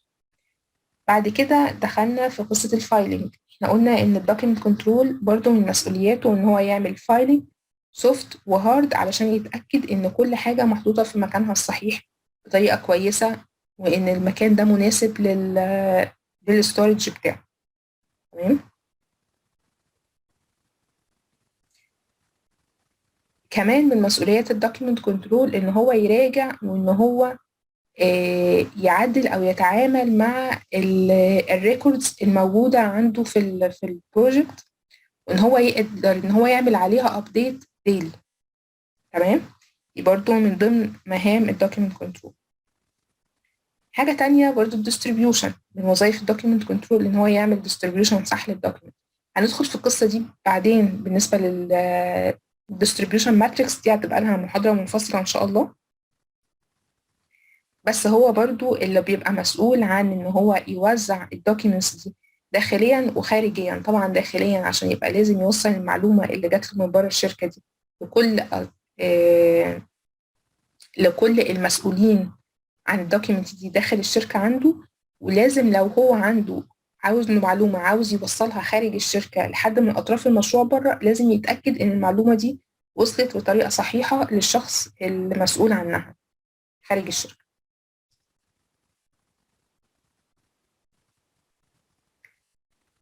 manage process around documents. هو كمان لازم يتأكد إن البروسيس اللي بتتعمل في الشركة للدوكيومنتس تكون معمولة بطريقة صحيحة وتكون معمولة بطريقة سلسة. ما يكونش في حاجة بالنسبة له معمولة غلط، ما يكونش في مثلا بروسيس بتتضارب مع بروسيس تانية.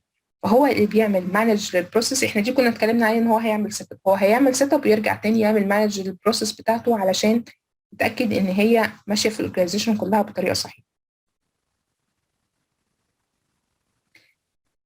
هنا بنتكلم عن الكونفيدنشاليتي بتاعة الدوكيومنتس. احنا لسه كنا بنقول ان هو مسؤول عن ان هو يتعامل مع سرية الدوكيومنتس دي بطريقة كويسة. احنا كنا لسه بنقول من شوية لازم ان هو يكون امين. بس دي بقى الدوكيومنتس دي لازم يكون بيتعامل مع بيسموها ايه البرايفسي بتاعة الحاجات دي بطريقة كويسة. فالبرايفسي بتاعت الدوكيومنتس دي والكونفيدنشاليتي بتاعتها دي برضو من مسؤوليات الدوكيومنت كنترول، ان هو ياخد باله منها، يبقى عارف ان هو يديرها بطريقه صحيحه طبقا للماتريكس اللي هو اتفق معاه عليها من البروجكت مانجر. تمام. هي هنا دي البروجكت اللي احنا دي الريبورتس اللي احنا كنا بنتكلم عليها. بنقول ان هو لازم يدي اد هوك ريبورتس مش بعد الوقت المطلوب. يعني لازم يكون عنده نظرة للريبورتس اللي هو هيطلعها او للريبورتس اللي هو هيطلعها دي تكون قبل ما تحصل المشكلة مش بعد ما تحصل المشكلة. لان لو هو عرف الناس ان هو في مشكلة هتحصل، احسن بكتير ما ان هو يجي يقول لهم ان المشكلة خلاص حصلت، او ان هم يتفاجئوا ان في مشكلة حصلت، ان عندهم دوكيومنتس مثلا متأخرة، او ان عندهم حاجة حصلت، او حاجة بالنسبة لهم مش هيعرفوا ان هم يردوا عليها قبل الميعاد الفلاني. فلازم الريبورتس بتاعته تكون قبليها بفترة، تكون منطقية، تكون مديها وقت للناس ان هي تعرف تراجع على شغلها، او ان هي تعرف تاخد اكشن في التأخيرات بتاعتها. تمام. بعد كده بنتكلم عن دور الدوكيومنت كنترول جوه المشروع. الدوكيومنت كنترول دوره جوه اي كونستراكشن بروجكت بنقول ان هو بيمنتين كل الدوكيومنتس اللي بنسميها اللايف بروجكت دوكيومنتس، اللي هي الرننج اللي انا شغال فيها دلوقتي، مش اللي هي حصل لها اركايف. فدي بتبقى كلها مسؤوليته من الالف للياء لحد ما يعمل لها ريكورد، لحد ما يعمل لها اركايف. كل دي مسؤوليه الدوكيومنت كنترول. تمام. فالرول بتاعه في جوه البروجكت ان هو بيتعامل مع كل اللايف دوكيومنتس الموجوده في البروجكت من ساعه ما بتدخل الشركه لحد ما بتطلع من الشركه، او لحد ما بتدخل الفايلز عنده از اركايف. تمام. وبرده مسؤوليته ان هو يتعامل ويابديت السيستم ديلي. لازم اي سيستم عنده اذا كان سوفت ولا هارد لازم يابديته ديلي، لان لازم المعلومه تفضل موجوده طول الوقت، اخر معلومه موجوده، ولازم تكون دايما اب تو ديت، ودايما تكون اخر ريفيجن موجوده وتكون ابروف زي ما احنا كنا بنقول من شويه. لانه لو ما عملش كده، لو السيستم ما تحصلوش ابديت كل يوم، هيجوا فتره عليهم مش هيبقى عارف هو واقف عنده اخر مره واقف فين عند الابديت. فلازم يبقى الابديت عنده ديلي. تمام. هنا دي الجزئيه اللي كنا بنتكلم فيها عن النمبرنج والبروسيجر بتاعت الميثود ستيتمنت والكلام ده. هنا بنقول ان وظيفه الدوكيمنت كنترول ان هو بيحط النمبرنج سيستم بتاع الدوكيمنتس. تمام. فهو مسؤوليته ان هو يبقى ماشي على النمبرنج سيستم اللي هو حاطه. فهو بيتابع ان النمبرنج سيستم ده ماشي بطريقه كويسه، متاكد ان السكشن نمبر موجود في الدوكيومنتس اللي طالعه، متاكد ان السب كونتراكتور حاطين كل بياناتهم ان كل حاجه تكون مظبوطه. فدي وظيفه الدوكيمنت كنترول، ان هو يتابع الدوكيومنتس اللي طالعه من عنده من الشركه في النمبرنج بتاعها وكل النمبرز والسبيكس الموجوده فيها. دي بقى وظيفته الاساسيه في البروجكت عنده، ان هو بيبقى بيستلم، بيكنترول، بيتعامل مع الدوكيومنتس دي، وبيعمل لها ستورج، ان هو بيحفظها مانيوال، بيحفظها هارد كوبي، وبيحفظها برضه سوفت كوبي. وبعد كده لو هو في اي دوكيمنت عنده هتطلع هيحصل لها ايشيو من البروجكت عنده، بيضطر ان هو يشوف لها الكوبيز اللي هي المفروض تتسلم فيها قد ايه، يشوف الماتريكس بتاعت الديستريبيوشن بتاعته ماشيه ازاي، وبيتاكد ان كل معلومه وصلت للشخص المسؤول عنها، بيتاكد ان هو عنده ريسيت بكل حاجه هو بعتها. يعني لو انا ببعت الحاجه بره الشركه لازم اتاكد ان انا عندي اثبات او عندي ايفيدنس ان الشخص اللي بره الشركه ده استلم المعلومه دي. هي دي مش ان هو مش استلمها من غير ما يبقى انا عندي ايفيدنس، لازم يبقى عندي ايفيدنس المعلومه دي وصلت للشخص. تمام. مسؤوليات برضو الدوكيمنت كنترول داخل المشروع ان هو بيعد الديستريبيوشن ماتريكس بتاعت المشروع لكل التيم اللي عنده. طبعا دي بتبقى بالتعاون مع البروجكت مانجمنت تيم اللي شغالين معاه، علشان يبقى متاكد ان كل المعلومات وكل الداتا اللي دخلته وصلت للناس المسؤوله عنها. طيب، ايه هو الكارير لادر بتاع الدوكيمنت كنترول؟ اول حاجه بيبقى الدوكيمنت كنترول لما بيدخل المجال بيبقى اسمه جونيور دوكيمنت كنترول، وبعدين لما بياخد خبره معينه في المجال بيتحول لسينيور دوكيمنت كنترول. تمام. بعد كده بيبقى ليد، بعد كده بيبقى دوكيمنت كنترول مانجر، وفي بعد كده دوكيمنت كنترول سكشن هيد. تمام. وهنا بقى تعريف لكل واحد ايه التاسكات بتاعته. يعني الدوكيمنت كنترول، الجونيور دوكيمنت كنترول، بنقول ان هو بيبقى مسؤول عن الديلي تاسكس بتاعت الدوكيمنت كنترول جوه البروجكت او جوه الديبارتمنت بتاعي. الديلي تاسك زي ايه؟ مثلا زي السكان، زي مثلا اركايف، زي الرينيم، زي ايه تاني، زي الرينيم الفايلنج، مثلا زي توزيع الدوكيومنتس، مثلا الديستريبيوشن. بس الديستريبيوشن بعد ما يكون هو خلاص متفق على الديستريبيوشن ماتريكس بتاعته. تمام. طيب السينيور بقى شويه بيبقى هو الى حد ما بيبقى بروفيشنال شويه، بيبقى عنده اكسبيرينس شويه، مثلا 5 سنين مثلا ولا حاجه.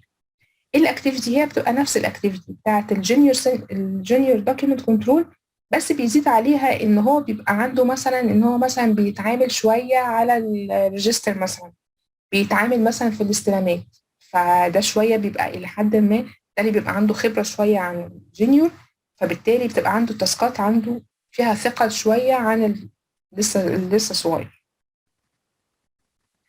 بعد كده الليد سكشن، الليد دوكيمنت كنترول، ده بيبقى عنده تيم من الدوكيمنت كنترولرز، وهو اللي بيبتدي يتعامل معاهم في التاسكس، هو اللي بيبتدي يوزع عليهم التاسكات ويراجع الريبورتات اللي هم مطلعينها، وبيشوف اذا كانت هم فعلا كل واحد قايم بشغله، وبيشوف التولز اللي هم بيتعاملوا عليها وبيراجع شغله.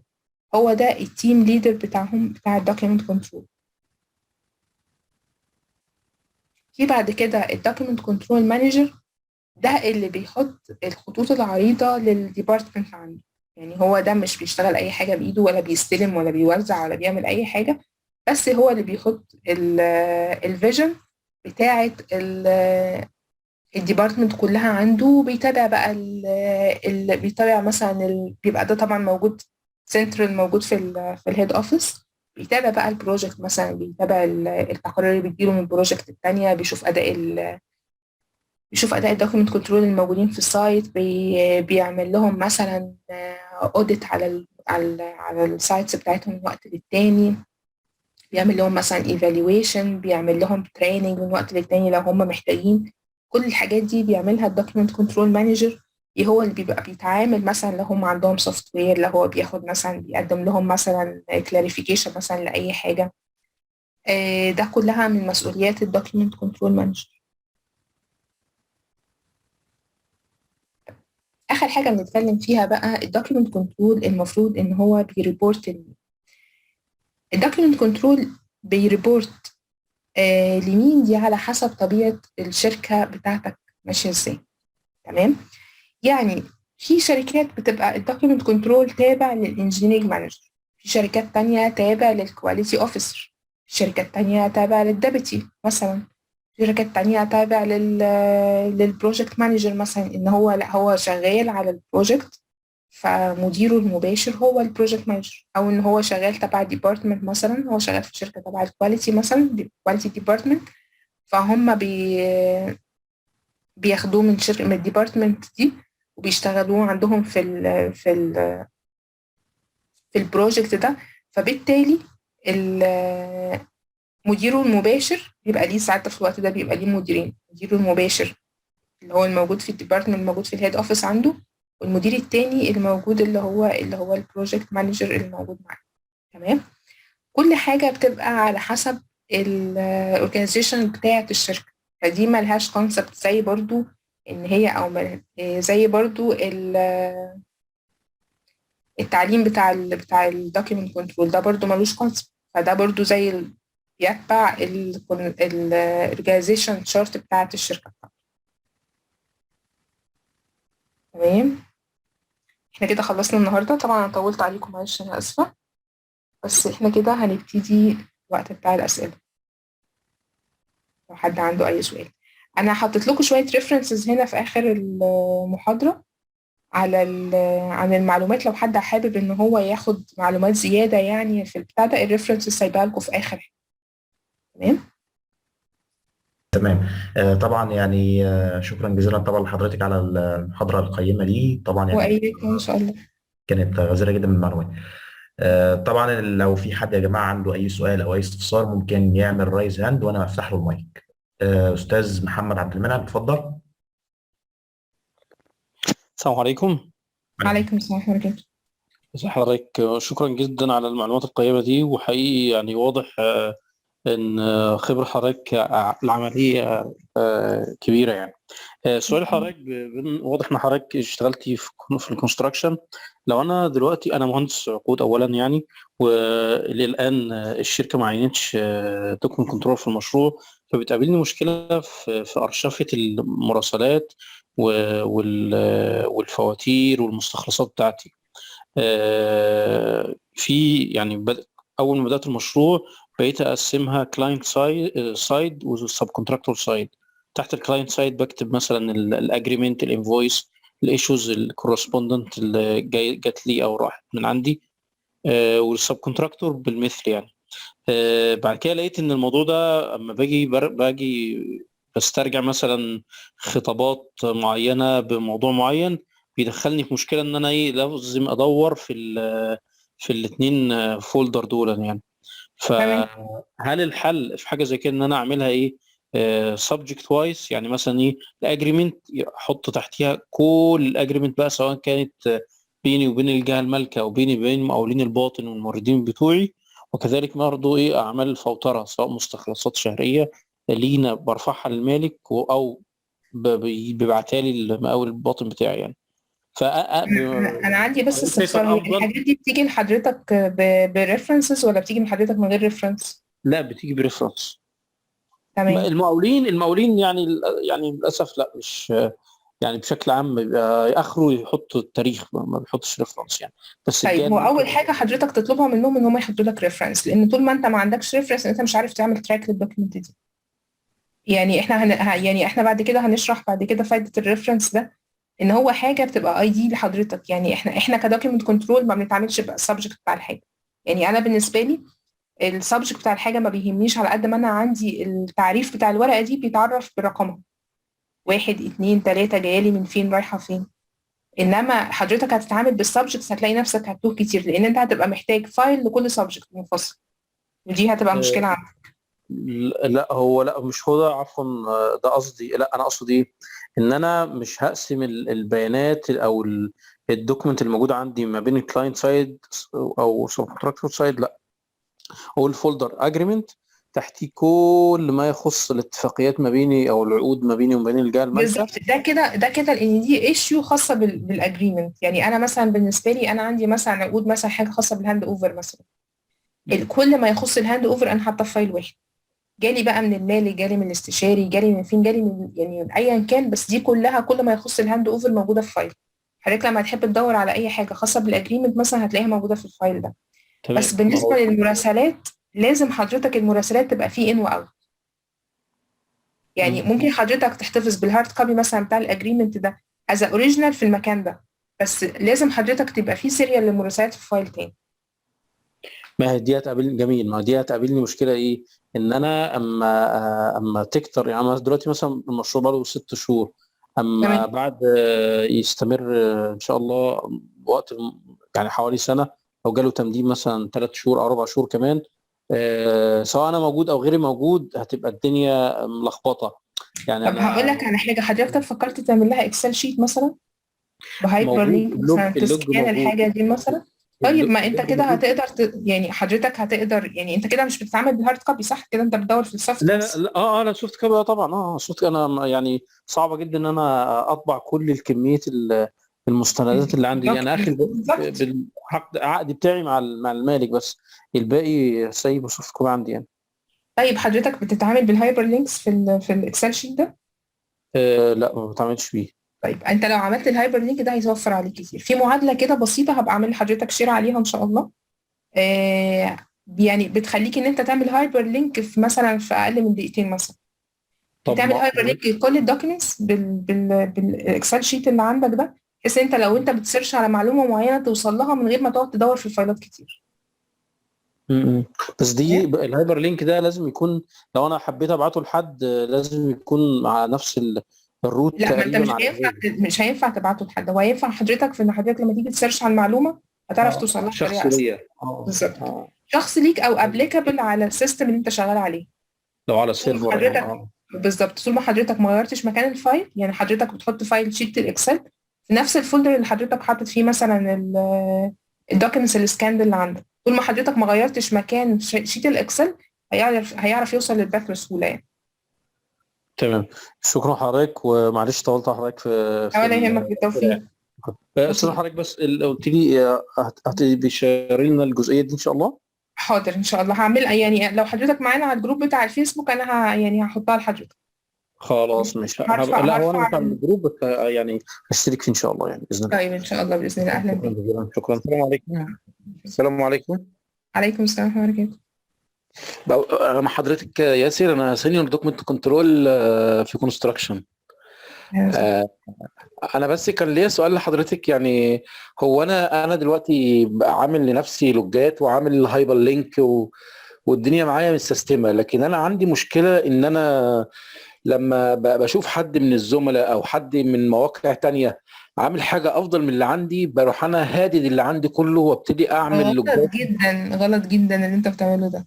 فبعمل ايه؟ فانا بعمل بيكون هو يعني حتى المهندسين اللي معايا لما باجي انا مثلا بيحسوا بفرق. يعني انا مثلا كنت عامل لوجات، انا حسيت ان غيري عامل لوجات افضل مني، بفضل ارتب الخلايا وارتب شكل اللوج واظبط معادلاتي عشان ابقى شبه واحد عامل لوج حاسس ان هو اقوى مني.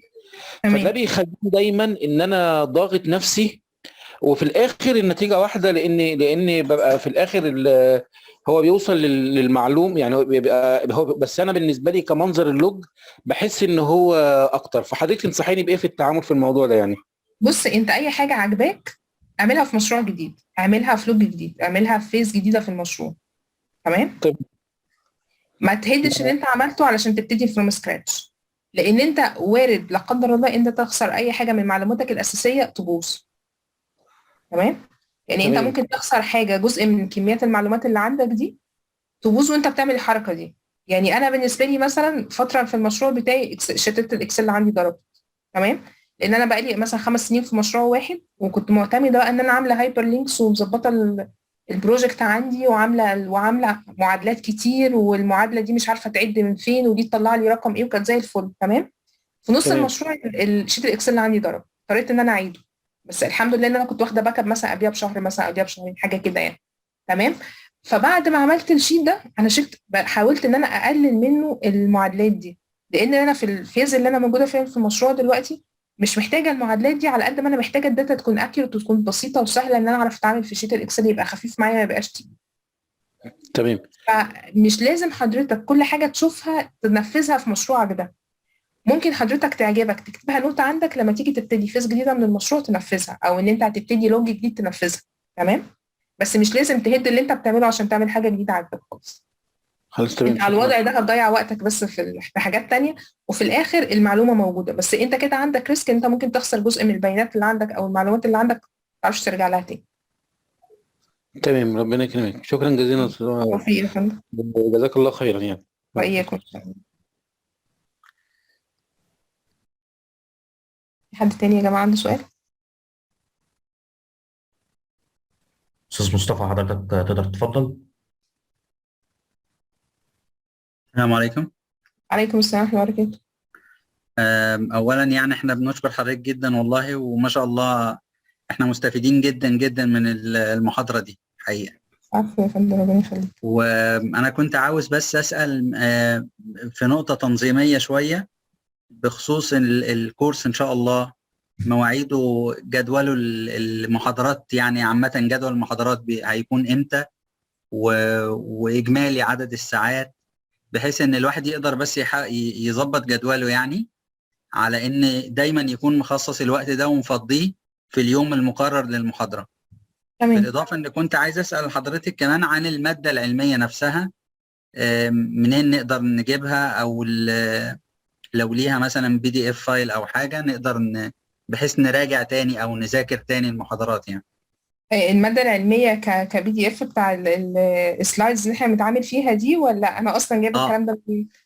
لا، بتاع السلايدز يا فندم اللي لا، حضرتك السلايدز دي ان عرضتيه. شاء الله هتبقى موجودة ان شاء الله بإذن الله معاكم على الجروب بتاع الواتساب، وموجودة على الجروب بتاع الفيسبوك ان شاء الله. بعد ما هنخلص هسيبها واحطها.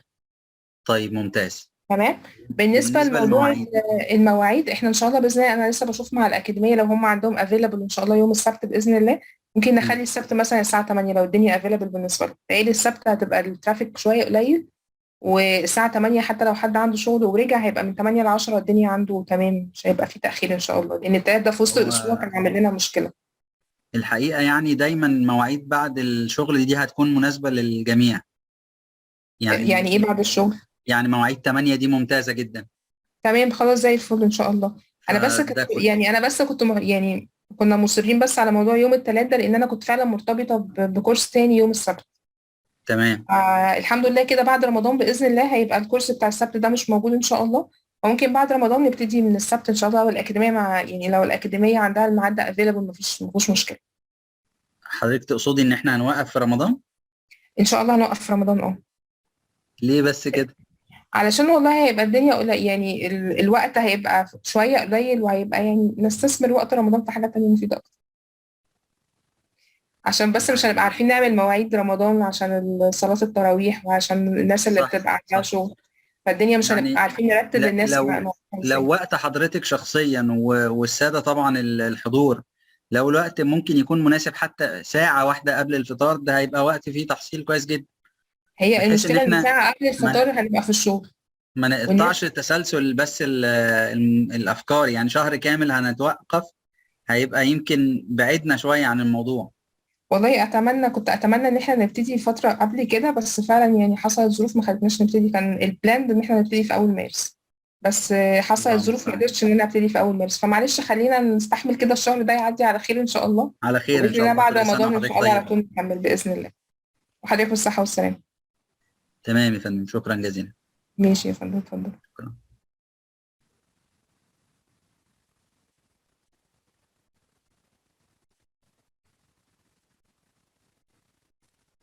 في حد يا جماعة عنده سؤال؟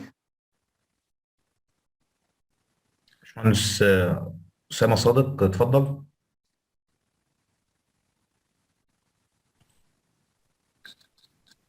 السلام عليكم.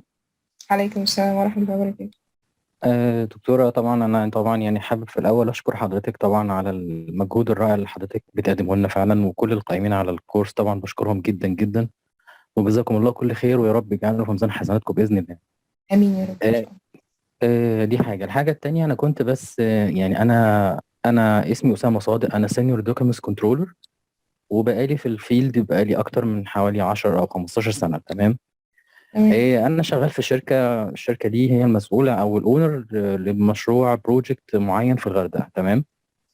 هو انا تمام. عامل اللوج بتاعي على اكسل شيت لعدد سنين كتيره جدا، وكل حضرتك كل العناصر اللي حضرتك قلتي عليها انا فعلا بعملها فعلا بالحرف، اللوجز والان والاوت والسبميتال والريكورد والديستريبيوشن، كل الكلام ده انا بعمله تمام. تمام. بس هي الفكره عندي في حاجه معينه، انا كنت حابب ان انا يعني يعني اخليها اضافه ليا، فمش عارف بقى اذا كان دي ممكن تكون من ضمن البلان لاداره الجروب او لاداره المكان، ان هي تتيح لنا ان هي كتدريب في حاجه زي كده، او ممكن تبقى اكسترنال، مش عارف. انا طبعا يعني بسمع عن سيستمز كتيره جدا موجوده دلوقتي في الفيلد او الماركت بتاع الدوكيومنتيشن، زي مثلا الاكونكس او الاي دي ام اس، او انظمه كتيره جدا متاحه وناس كتيره جدا بتستخدمها. وحتى كمان شكل الاستورج بتاع الدوكيومنتيشن اتغير، بقى كله دلوقتي على الكلاود، والدنيا دلوقتي بتتجه الاتجاه ده. تمام. فانا لو كنت حابب ان انا يعني اكون مثلا سيرتيفايد يوزر مثلا لسيستم زي الاكونكس او الاي دي ام اس، او ان انا اكون سيرتيفايد برضو للستاندردز الايزو اللي هي 9001 2015 او 2018. فممكن بس اطلب من حضرتك يعني مساعده حضرتك ان انا يعني اقدر ان انا اخد الكورسات او اكون سيرتيفايد في الحاجات اللي انا قلت عليها دي ازاي، يبقى يعني بص جزاك انا الله هقول كل لك على خير. حاجه، هو موضوع الايزو احنا ممكن نعمل عليه، ممكن نعمل له كورس منفصل ان شاء الله. يا تمام. ريت يا ريت يا دكتور، يا بس ريت والله. هنعمل له كورس منفصل للبريبريشن بتاعته، بس اي ثينك ان هو حضرتك هتبقى محتاج ان انت تاخد الشهاده من الايزو نفسه. تمام. من تمام. حد يكون بيدي الشهاده، يعني تكون مكان بيبروفايد الشهاده دي، من الاماكن تمام. المنحه للشهاده. تمام. دي اوكي. حاجه تمام. تانية. بالنسبه للاكونكس مثلا، الويب سايت بتاعهم هم اصلا بيدوا الكورس فور فري. هو بص هقول لحضرتك على حاجه. هو انا بالفعل عملت سيرش على السايت بتاع الاكونكس، لان هو طبعا باورد باي اوراكل طبعا زي ما حضرتك عارفه. تمام. فلقيت ان في ديتيلز كتيره جدا هم بيتكلموا عنها، والصراحه ما قدرتش اوصل للاكونكس از سبيشاليزد للدوكيمنت كنترول او الدوكيومنتيشن. امم. لان يعني انا اعرف ناس كتير بيكونوا سيرتيفايد اكونكس على البروفايلز بتاعتهم على مواقع الريكروتمنت الكتيره اللي موجوده في وقتنا الحالي يعني. امم. فانا بصراحه يعني كنت عايز مساعده حضرتك في الحته دي طبعا لو تقدري، ان انا يعني اكون سيرتيفايد في الحته دي الاكونكس ما ريليتد هقول لك على بالدوكيمنت حاجه، بص كنترول. معظم الناس اللي اخدوا السيرتيفيكيشن دي اخدوها اكوردنج تريننج اتعمل لهم في الشركه بتاعتهم. فاهمني؟ يعني هم علشان اشتغلوا. الشركه شغاله اوريدي بالاكونكس، صح بالظبط، يعني كده؟ هي الشركه مم. جابت السوفت وير واشتغل اه. وعملته، وحصل لهم تريننج على السوفت وير ده جوه الشركه، فهو عرفه، اداله اندكشنز على الجزء بس بتاع الدوكيمنت كنترول، ما ادالوش كل السيستم. اوكي. تمام. اوكي بالظبط، يبقى انا كده تمام. انا بس كنت عايز اتاكد من حاجه، صح بس كده؟ بس فهم يعني ده بيبقى تبع الشركه. حضرتك لو رحت، لو حضرتك مثلا عاوز تاخد الشهاده دي مثلا، يعني مم. حاول تذاكر بس الجزء الاولاني مثلا. هو اللي انا فاهماه ان هو 3 ليفل في الاكونكس، الشهاده بتاعتهم اللي موجوده على الويب سايت بتاعهم. هو مش بياخد تمام. حضرتك اي فيز بالنسبه لان حضرتك تذاكر ان هو يدي لك الماتيريال، او ان اللي حضرتك هو تذاكر الماتيريال. الفيز اللي هو الوحيده على الشهاده. الانترودكشن. اه. بالظبط، اه. الفيز الوحيده على الامتحان اللي حضرتك هتدخله وتاخد الشهاده. فحضرتك ممكن تجرب في الاول، انما بالنسبه لان حضرتك تلاقي مكان تاخد فيه اكونكس. طب انا هقول لك على حاجه، انت ممكن تشتغل في مكان مثلا ما يكونش اصلا شغال في السيستم ده، يبقى انت دفعت يكون فلوسك على، شغال يكون شغال بالساب مثلا مش بالاوراكل. مثلا يكون شغال مثلا مم. بالبيم مثلا. فساعتها بالظبط. انت هتبقى دفعت فلوس على سيستم تاني انت ما بتعملوش. بس انا هقول لك على حاجه، في حاجه مثلا معموله في جامعه القاهره اليومين دول، اوكي. السبت والحد غالبا اللي جايين ان شاء الله. اوكي. في ورك شوب كده بتتكلم عن الدوكيمنت كنترول عن طريق الاكونتس. اوكي. فانا هحط البوست بتاعها برضو، هحطها عندي على الجروب، يا علشان ريت. بحيث ان لو حد عاوز يروح يقدم فيها ممكن حضرتك تحضر دي كورس مثلا، دي ورك شوب مثلا يومين. حضرتك هتاخد اه. خلفيه بقى، انت عاوز بقى خلاص تتجه للسوفت وير ده وخلاص، انت نويت ان انت تعمل فيه، فخلاص ده مفيش مشكله. متهيألي الفيس بتاعته تمام. 400 جنيه مثلا ولا حاجه يعني. طب معلش، طب اتفضل. يا ريت يا دكتور لو اللينك زي ما حضرتك بتقولي يبقى يعني حاضر، جزاك الله خير. هبعت البوست حاضر على الواتساب النهارده. طب دي حاجه يا دكتور. الحاجه التانيه معلش انا اسف لو طولت على حضرتك، بالنسبه للاي دي ام اس برضو نفس الفكره بالنسبه للاكونكس ولا الاي دي ام اس حاجه تانيه؟ الاي دي ام اس هو بيتكلم عن اي سوفت وير انت بتشتغل عليه، اللي هو المفروض بيسموه الكترونيك مانجمنت. يعني تمام، الاي دي ام اس ده المقصود بيه اي سوفت وير ريليتد بالدوكيمنت كنترول. بالظبط. اي سوفت وير انت بتشتغل عليه، اذا كان بقى بيم، اذا كان بقى اكونكس، اي سوفت وير انت شغال عليه. اوكي تمام. اوكي تمام. تمام؟ شاكر جدا يا دكتور. عفوا. شاكر جدا يا دكتور، جزاك الله خير. شكرا. وإياكم إن شاء الله.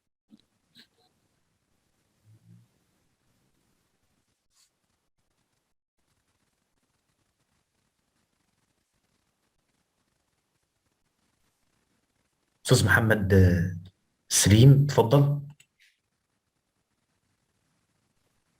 الو. ايوه، السلام عليكم. عليكم السلام. شكرا حضرتك يا دكتور على كل المعلومات اللي حضرتك اديتها لنا النهارده. بس يعني انا بس لسه استفسار صغير. اتفضل. انا ضمن كنترول في مكتب استشاري. بدأ المشروع من بعد ما مر منه سنتين. الفكره انا كنت عامل شيفت كارير، فانا فعليا انا ما اعرفش بدايه المشروع بتبدا ازاي. يعني انا بعض الديسك اللي بتعامل معاهم كان مثلا في البي ام او الكونتراكتور بلاقي في بعض المعلومات انا ما عنديش معلومات كويسه منها. بمعنى في بعض انهم يتكلموا عن الكلوز اوت دوكيمنت، عن التست كوميشننج او التيكنج اوفر سيرتيفيكت. تمام. البعض يتكلم عن الكونتراكت، يعني مراحل في البدايه خالص اللي هي الكونتراكت دوكيمنت. انا بالنسبه لي انا كدوكيمنت كنترول ايه الداتا اللي المفروض ببدا بيها المشروع؟ يعني انا عايز اعرف انا خطوتي ببدا 1 2 3 ايه هي الداتا او الاوراق اللي لازم اكون متعامل عليها، غير طبعا اللوجات اللي ببدا بيها. هو هو ده سؤالي. حضرتك تقصد ان هي تبدا الداتا بمشروع جديد، ولا تبدا الداتا في مشروع اصلا، المشروع اللي حضرتك الكيس بتاعت المشروع بتاعت حضرتك اللي انت اصلا شغال فيه؟ لا مشروع جديد، لان طبعا الكيس اللي انا فيها اوريدي خلاص البروسيس ماشي ومفيش مشكله خلاص. انا بالنسبه لي حاجه معلومه لنفسي، لان انا ما بحاوش ان انا اتعامل على اي بوزيشن في اي مكان تاني غير لما اوصل لنقطتين: نقطه ان أنا اعمل البدايه، ونقطه تقفيل المشروع الهاند اوفر. انا قربت على الهاند اوفر دلوقتي، ففي بص، نقطه هقول عايز لك على اعرف. حاجه. حاول تتعلم من البروجكت اللي انت فيه اللي انت تقدر عليه. يعني انت خلاص كده هتبقى انت كده خلاص عديت نص المشروع، هتتعلم بالظبط الهاند انا اوفر في والكلوز الهاند اوفر اوت. دلوقتي. تمام، ما طيب بالظبط كده. حاول ممكن تتعلم اعرف في ايه المكان اللي التاسك عندك. المطلوب في الهاند اوفر؟ يعني ايه يعني؟ سؤال بس، يعني هو في حاجه بس كانت بالصدفه طلعت قدامي ان الكلوز اوت دوكيمنت انا كاستشاري ما احتفظتش بالاوريجينال. انا في عندنا اداره مشروع، فاداره المشروع هل هي اللي هتبقى المفروض هي تبقى منوطه ان هي تتعامل مع؟ المفروض المالك يا فندم هو اللي بيحتفظ بالاوريجينال، بس تمام. حضرتك بتسلمه له. يعني حضرتك بتحتفظ بيه، انت بتاخده الاول، بتستلمه من ايوه من المقاول وبتراجعه، وبعد كده في اخر المشروع خالص حضرتك بتسلمه له اسبير السبيكس اللي عندك. انت شوف بقى يعني السبيكس اللي عندك بتقول لك ايه. هقول لك على انا حاجه. مش انت هسلم عندك طب في الكونتراكت. المشروع ده، عندك سبيكس عندك في المشروع، عندي تقدر سبيكس. تحصل على السبيكس بتاعتك. هتلاقي من ضمنها في حاجه كده بتقول كلوز اوت دوكيومنتس، هتبقى تمام حوالي رقمها مثلا 17000 17300 لو هم ماشيين على نفس الستاندرد اللي كل الانجينير شغالين عليه. تمام. تمام راجع حضرتك الستاندرد دي وشوف فيها مكتوب فيها ايه اللي المفروض يتسلم. هتلاقيه كاتب لك تفاصيل التفاصيل في التسليم. هيقول لك مثلا التستنج والكوميشننج بيتعمل ازاي. في السبيكس. سوري، في السبيكس. نعم. ده في السبيكس، فهلاقي البوينت دي موجوده في السبيكس اللي هو ايوه، دي الكلوز اوت. موجوده تعاقديا مع حضرتك ما بين المالك وما بين حضرتك وما بين المقاول. بيقول لك ان المقاول المفروض يسلمك بأي طريقه، يسلم لك كام سوفت كوبي، كام هارد كوبي. الحاجه بيبقى عليها سي دي، بتبقى موجود الحاجه عليها بي دي اف وكاد ازاي. بيسلم لك التستنج والكوميشننج بأي طريقه. تمام.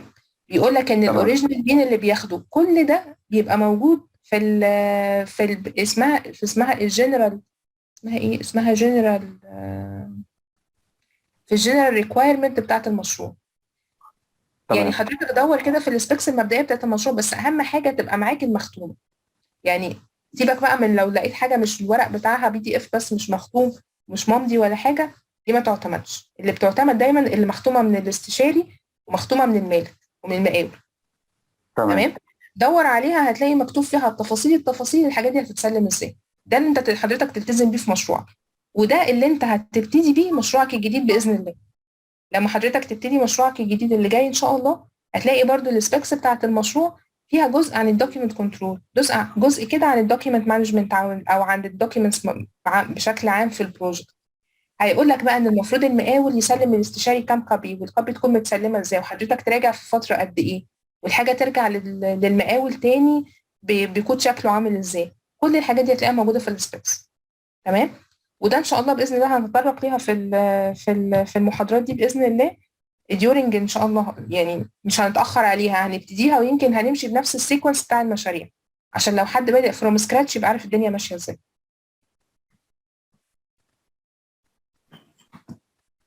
باشمهندس احمد نادر اتفضل.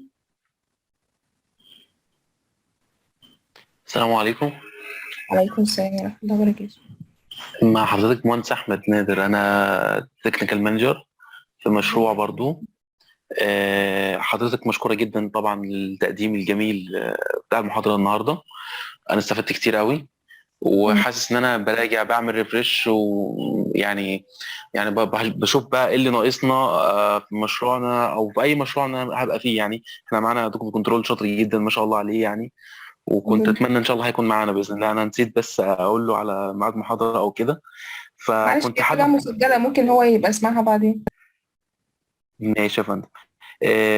حضرتك انا بس كان ليا الاول طلب ان حضرتك لو تسمحي لنا بس بتمبلتس او لبروجكت مثلا حضرتك خلصتيه كامل، بحيث نعرف اللوكس اللي ممكن تكون ناقصه في مشروع مثلا زي بتاعي او بتاع غيري او خلافه، از بروتوتايب يعني لينا. هنحاول نخليه يعني مثلا زي امام لينا مثلا في حاجه، يعني لو هنستفاد منه او خلافه يعني. وفي نقطه تانية بقى كان ايشيو مثلا معانا في المشروع، كنت حابب اسال عليه يعني الاولانيه، بس لو حضرتك معايا يا فندم. اتفضل يا فندم مع حضرتك. السبميتالز مثلا انا كانت قابلتني المشكله دي. ماتيريال سبميتال، تمام. ماتيريال سبميتال فور سبلاير. النهارده انا عندي ماتيريال سبميتال فور سبلاير اكس، وفي واي وفي زد، وفي عندي فيندور ليست. فانا عندي كذا فيندور انا ممكن اقدم لهم ماتيريال سبميتال. النهارده قدمت ماتيريال سبميتال رقم 1 واعتمد او ما اعتمدش، يعني سيان راح للاستشاري واعتمد وخلاص تمام رجع. انا عايز اقدم الترناتيف، يعني هل هقدمه از ريف على اللي انا قدمته قبل كده، لا يا ولا فندم بسيريال جديد؟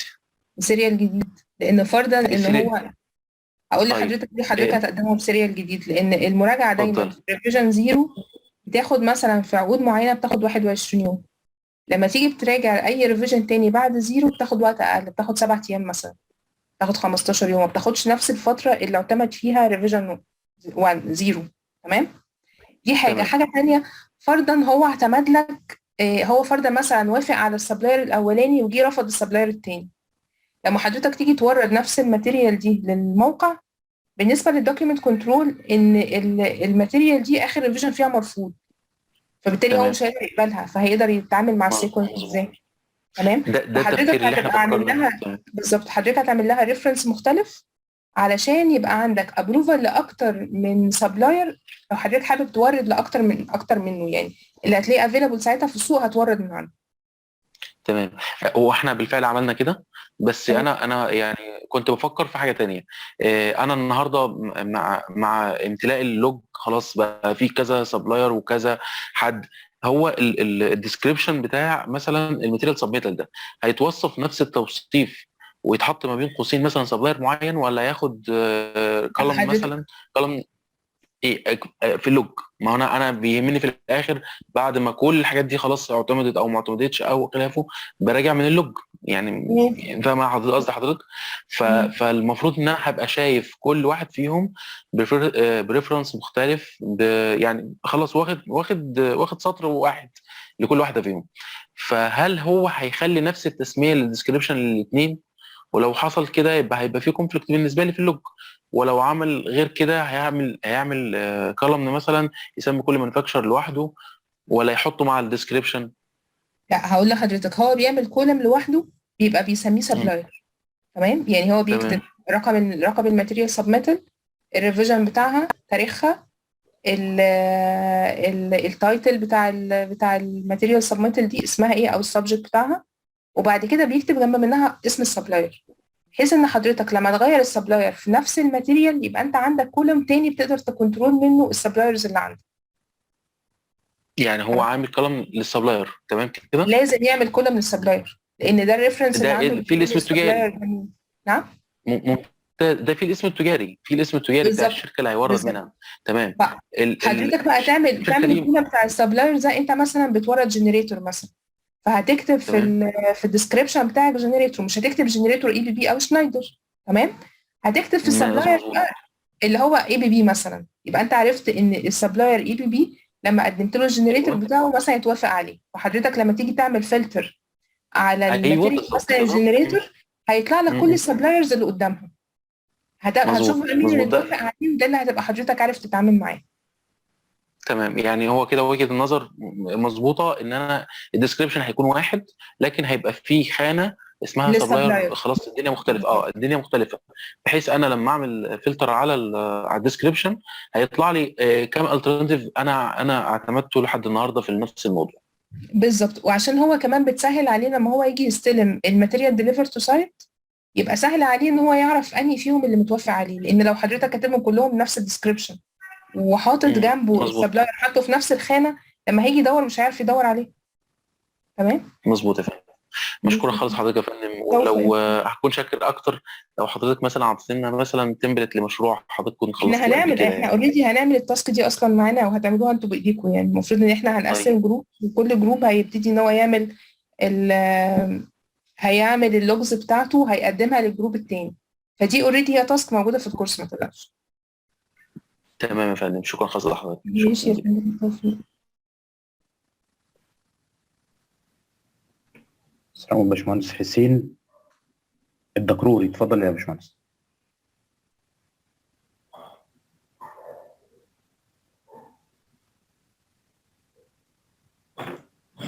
باشمهندس حسين حضرتك تفتح المايك. ايوه يا فندم، السلام عليكم. عليكم السلام ورحمه الله. حسين دكوري، سينيور دوكيمنت كنترول ريدكون كونستراكشن في مشروع الحديد الباتيني حاليا بالعملية. اهلا بيك يا فندم. نعم يا فندم. معلش يا فندم، انا كنت في نقطة بس يعني انا حابب اتكلم اكتر في الحاجة اللي خدناها النهارده في الكاونتر فيجن ستاتيوس في دلوقتي في التغيير، لو حصل تغيير في حاجة ولازم انبه بيها دلوقتي. في نقطة ما خدتش بالي منها كويس، اللي هي مثلا السوفت وير او طريقة ان انا محتاج اعرف اكتر من طريقة ازاي اوصل للناس التغيير. يعني انا بتعامل في حاجات معينة بتعامل فيها بالايميل دلوقتي، انما في طرق تانية، في حاجة يعني ممكن تضيفها لي اتكلمت فيها حضرتك؟ حضرتك بتتكلم ان حضرتك شغال بسوفت وير ولا شغال مانيوال؟ لا شغال مانوال. طيب بصي يا فندم، احنا بنتكلم في الديستريبيوشن ليست دي ان حضرتك بيبقى عندك دوكيمنت اتوزعت، مثلا فرضا مثلا ان الدوكيمنت دي مثلا عباره عن حاجه المين تريد بتاعها مثلا ميكانيكال، تمام، بس هي ام اي بي، فهي ليها علاقه بالكهرباء وليها علاقه مثلا بالمعماري. تمام. حضرتك الدروينج دي لما دخلت عندك الاول في الديزاين، حضرتك دخلتها للراجل، فكان متعارف عليها او البي ام او الديستريبيوشن ماتريكس اللي عندك، فادتك بان هي دي هتروح منها الاوريجينال، منها هتروح تو ميكانيكال فور اكشن، والكتريكال اند اركتكتشر فور انفو. تمام. لما يحصل عليها تعديل مره تانية لازم ترجع لنفس الناس، يعني لازم تروح فور ميكانيكال تو اكشن وانفو للكهرباء والمعماري تاني. تمام. عشان هم اكيد ليهم انبوت في القصه دي. فاحنا اللي احنا بنتكلم فيه ان الديستريبيوشن ماتريكس بتفيدك في ان انت لو حصل تغيير على الدوكيمنت تعرف الدوكيمنت الاصليه بتاعت ريفيجن 0 اتوزعت على مين، عشان لما تيجي تطلع عليها تغيير توزعها على مين تاني. ده بالنسبه للمانيوال. بالنسبه للالكترونيك سيستم، هو اوريدي بتبقى دي حاجه ابليكابل عنده، هو لوحده بيبقى عارف ان هو بيدي نوتيفيكيشن للناس اللي ليها علاقه بالدروينج دي. تمام تمام كده، تمام وضحت لحضرتك؟ تمام واضحة جدا. ماشي يا فندم. ماشي، شكرا. نعم اتفضل. باشمهندس اسلام اتفضل. السلام عليكم. عليكم السلام ورحمه الله وبركاته. ازي حضرتك دكتوره؟ احنا والله الصراحه استفدنا من حضرتك كتير قوي النهارده، الحمد واحنا لله. شاكرين على جهد حضرتك والله العظيم الصراحه. بالتوفيق ان شاء الله. ان شاء الله ان شاء الله باذن الله يا فندم. والله يا فندم انا كان عندي يعني حاجه كده صغيره كنت عايز اتكلم فيها. يعني انا مثلا بالنسبه للدوكمنت كنترول غالبا يعني 90% من الناس شغالين على مانوال، شغالين اكسل. تمام. وطبعا احيانا الاستشاري ما بيبعتش لوجات عشان احنا مثلا نشتغل عليها، او مثلا زمايلنا ان هم بيشتغلوا عليها، او مثلا نقول ان هو يشتغل عليها. طبعا تمام. كل دوكمنت كنترول بيحاول ان هو يعمل لوج لنفسه ويعمل تقارير لنفسه، بيعمل اشكال مختلفه وبيعمل حاجات مختلفه، صح كده؟ تمام. طيب يعني انا كنت عايز اقول لحضرتك ان احنا مثلا لو عملنا برنامج صغير تمام على اي مثلا داتابيز او حاجه، يعني برنامج داتابيز، واحنا يعني ما شاء الله احنا معانا زمايل كتيره بيشتغلوا برضه برمجه وشغالين حاجات كتيره، يعني ما شاء الله. لو عملنا برنامج صغير وينزل مثلا بمبلغ او بينزل بحاجه، او احنا ممكن كلنا نساعد بعض فيه، هيكون شكله افضل واحسن. تمام يا فندم، بس هي كل الشركات دلوقتي متجهه للالكترونيك، يعني ايه اللي هيخليهم ياخدوا حاجه صغيره كده؟ فاهمني؟ لا يعني مثلا في شركات كتيره قوي، يعني انا مثلا عندي في شركه، يعني انا مثلا عندي في شركتي شغالين على اوراكل، بس مش مدعمين قسم الدوكمنت كنترول. تمام. انا عامل شيت اكسل لنفسي، حاطط فيه كل يعني مش مقسم شيتات بقى. يعني مثلا المكتب الفني عامله مثلا فايل اكسل واحد، من بره كده في يوزر فورم، بكتب انا على اليوزر فورم وهو بيبعت مع نفسه. تمام. تمام. ما حدش غيري ان هو بيقدر يطلع على اللوجات بتاعتي او اي حاجه. اي حد عايز حاجه على طول انا بعمل له سيرش عليها وببعتها له، ببعت له مثلا ريبورت بيها في طبعا. طب فرضا حضرتك مشغول مثلا هتعمل ايه؟ لو في اسيستنت تحتي ماشي مفيش مشكله. ما هي بص، انا هقول لك على حاجه، احنا كل اللي احنا بنعمله ده علشان نفهم الناس الدوكيمنت كنترول بيشتغل ازاي. وزي ما انا قلت لحضرتك كده، الدوكيمنت كنترول الصح اللي ما حدش يجي يساله على حاجه. كويس. تمام، يبقى قدامه السيستم موجود. حضرتك اي حد بيجي لك جديد في الشركه بتديله اندكشن كده صغيره، ان عندي الحاجه دي هنا، الليترز في المكان الفلاني، السبميترز في المكان الفلاني، اللوج ده لو دخلته هتعمله. وظيفه حضرتك ان السيستم ده يكون ابديت طول الوقت، بحيث ان اللي يدخل يدور على المعلومه يلاقيها. الصح ان هو ما يجيش لحضرتك يسالك على معلومه. حلو. كويس. يعني تمام. انا في شركه مثلا ما عنديش سوفت وير، انا شغاله هاردوير، شغاله بالمانيوال ده. تمام. مانوال. تمام. انا بعمل ايه؟ انا بشير شيت الاكسل بتاعي باللينكات بتاعته طول الوقت على السيستم عندي، وطول الوقت بعمل له ابديت، حلو. بحيث ان المهندس اللي داخل يسال يدور عليه هيدخل يدور على الحاجه وهيوصل للمعلومه. وانس ان هو عارف يتراك المعلومه اللي عاوز يوصل لها، هو مش هيجي لحضرتك. ما انا فاتح له يا فندم خانه مثلا للسيرش فقط لا غير. انت حضرتك فاهماني؟ يعني اي حد مثلا هيفتح حاجه تاني، اي حد هيفتح شيت للاكسل في خانه مفتوحه للسيرش فقط لا غير، ملوش اي حاجه غير ان هو يعمل سيرش عليها. انا مش مدي ادمن، يعني انا ادمن ومدي زمايلي في المكتب مديله بس هو صلاحيه الفيو بس بالظبط. لكن باقي الناس كلها انا مدي لها ايه؟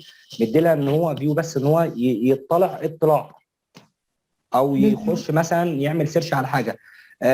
يوزر فورم طبعا هي الصراحه مريحانه جدا، علشان ما حدش مثلا يخش يكتب حاجه على اللوج مثلا مش مفهومه، او حد مثلا يكتب ميكانيكال يكتبها غلط، او الكتريك يكتبها غلط، او شيء معين مثلا يكتبه غلط، او طيب يكتبه غلط. انت فاهماني؟ طبعا لو عملنا مثلا برنامج حاجه صغيره زي كده يبقى داخل القسم فقط، يعني واي حد من بره ان هو يقدر يشوفه. تمام. بس هو هيبقى ليه صلاحيات معينه، مش يعني احنا يعني معظم زمايلنا كلهم شغالين مثلا اكسل وعندي مثلا 20 او 30 مستند مثلا في المشروع، لا انا ممكن اعملهم 20 او 30 شيت اكسل. ممكن اعمل كل دوكمنت في اكسل، او كل مستند في اكسل، او كل حاجه في اكسل. وفي ناس بتعمل مثلا 10 مستندات في اكسل واحد. تمام. في عامل طبعا تحت شيتات ومش عارف ايه حاجات زي كده. طبعا في ناس بتبقى يعني صعب عليها انه تقدر تطلع ريبورت بشكل كويس، بحاجه كويسه من الشيتات اللي هو فتحها.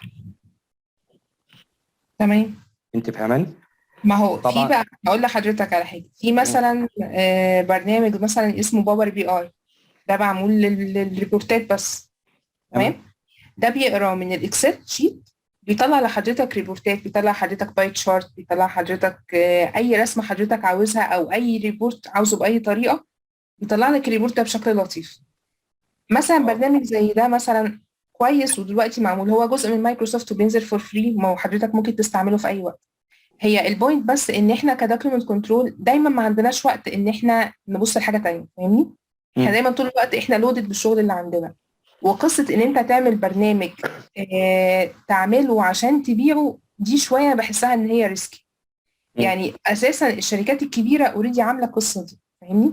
فاحنا على قد ما احنا هنقدر ان احنا ندي مجهود في القصه دي، في الاخر مش بتاعتنا، فاهمني؟ فعلا يعني في الاخر في اشطر منك هيعرف يعملها بطريقه احسن وبسعر احسن. فانت مش هتعرف تبقى متميز في المجال ده، فتميز في مجالك انت كدوكيمنت كنترول.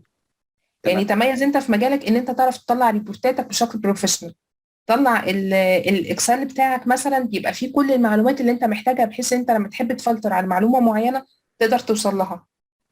تعمل مثلا جزء من القوائم المنسدله اللي هو توفر عليك ان حضرتك تعمل تايبنج للحاجات دي. انا بحس ان الحاجات البسيطه دي بتوفر عليك وقت، وبتبين للناس اللي حواليك ان انت قد ايه شخص بروفيشنال، قد ايه ان انت قادر تتعلم حاجه زي كده، وان انت قادر تنفذها وتطبقها عندك في البروجكت بتاعك. الحاجات التانية بتاعت البروجرامينج وبتاع الكلام ده، في ناس شاطرين فيها في الدوكيمنت كنترول ما ينكرش، بس في ناس اشطر منهم في مجالهم.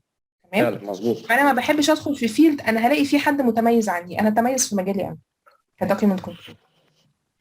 تمام. ماشي. شكرا. تمام. ماشي يا فندم، بالتوفيق. ماشي. شكرا.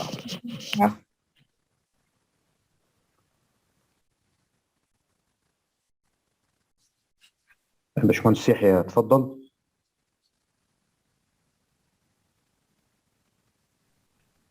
السلام عليكم. عليكم السلام ورحمة الله وبركاته. ازيك يا دكتور؟ دكتور رقية، أنا بشكر بيم ريبي على الفرصة السعيدة دي، وأتاحت لنا الفرصة إن احنا نستفيد من حضرتك. حضرتك أنا كان ليا الشرف يعني إن أنا أول ما ابتديت المجال ابتديت عن طريق كورسات حضرتك وساعدتني جدا. سعيد النهارده ان انا بكلم حضرتك وانا دوكمنت كنترول النهارده استشاري 3 سنين في المجال، ويعني ابتديت جونيور في إدارة مشروعات في شركة كبيرة واشتغلت مقاول، بعد كده دوكمنت كنترول، وحاليا استشاري. بس عندي استفسارين. انا مبسوط جدا ان انا دخلت المجال. عندي استفسارين. الاستفسار الاولاني، امتى احس ان انا اكون في مكان ان انا لا فول ستوب هنا لازم اخد نقلة تانية؟ يعني اوقات كتير بحس ان انا يعني محتاج اخد نقلة، بس هل التوقيت صح ولا غلط؟ بحاول نقلة بمعنى ان نقلة في يعني نقلة من شركة ولا نقلة في بوزيشن؟ لا في شركة تانية. لا بص، هقول لك على حاجة. نقلة في شركة تانية في السوق اللي احنا موجودين فيه ده دلوقتي ريسكي جدا. تمام. دي حاجة. حضرتك تعمل نقلة في الكارير بتاعك، يعني مثلا دلوقتي حضرتك دوكيمنت كنترول، معاك شهادة ايزو؟ لا. معاك مثلا اللغة بتاعتك كويسة؟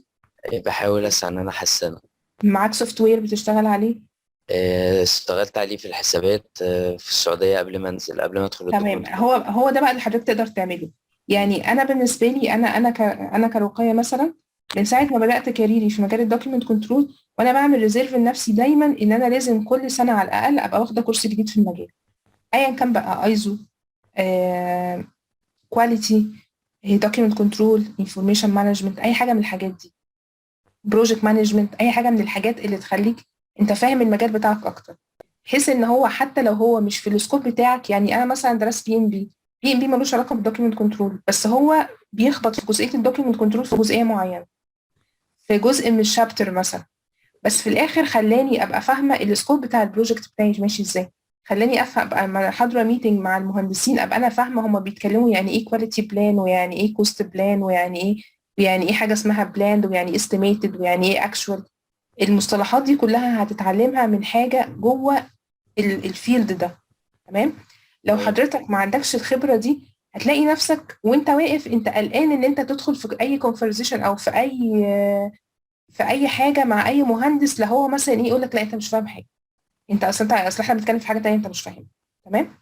بس ده خلاك انت مش بتتكلم في التكنيكال، بس بتتكلم في اي ما يخص المانجمنت بتاعك.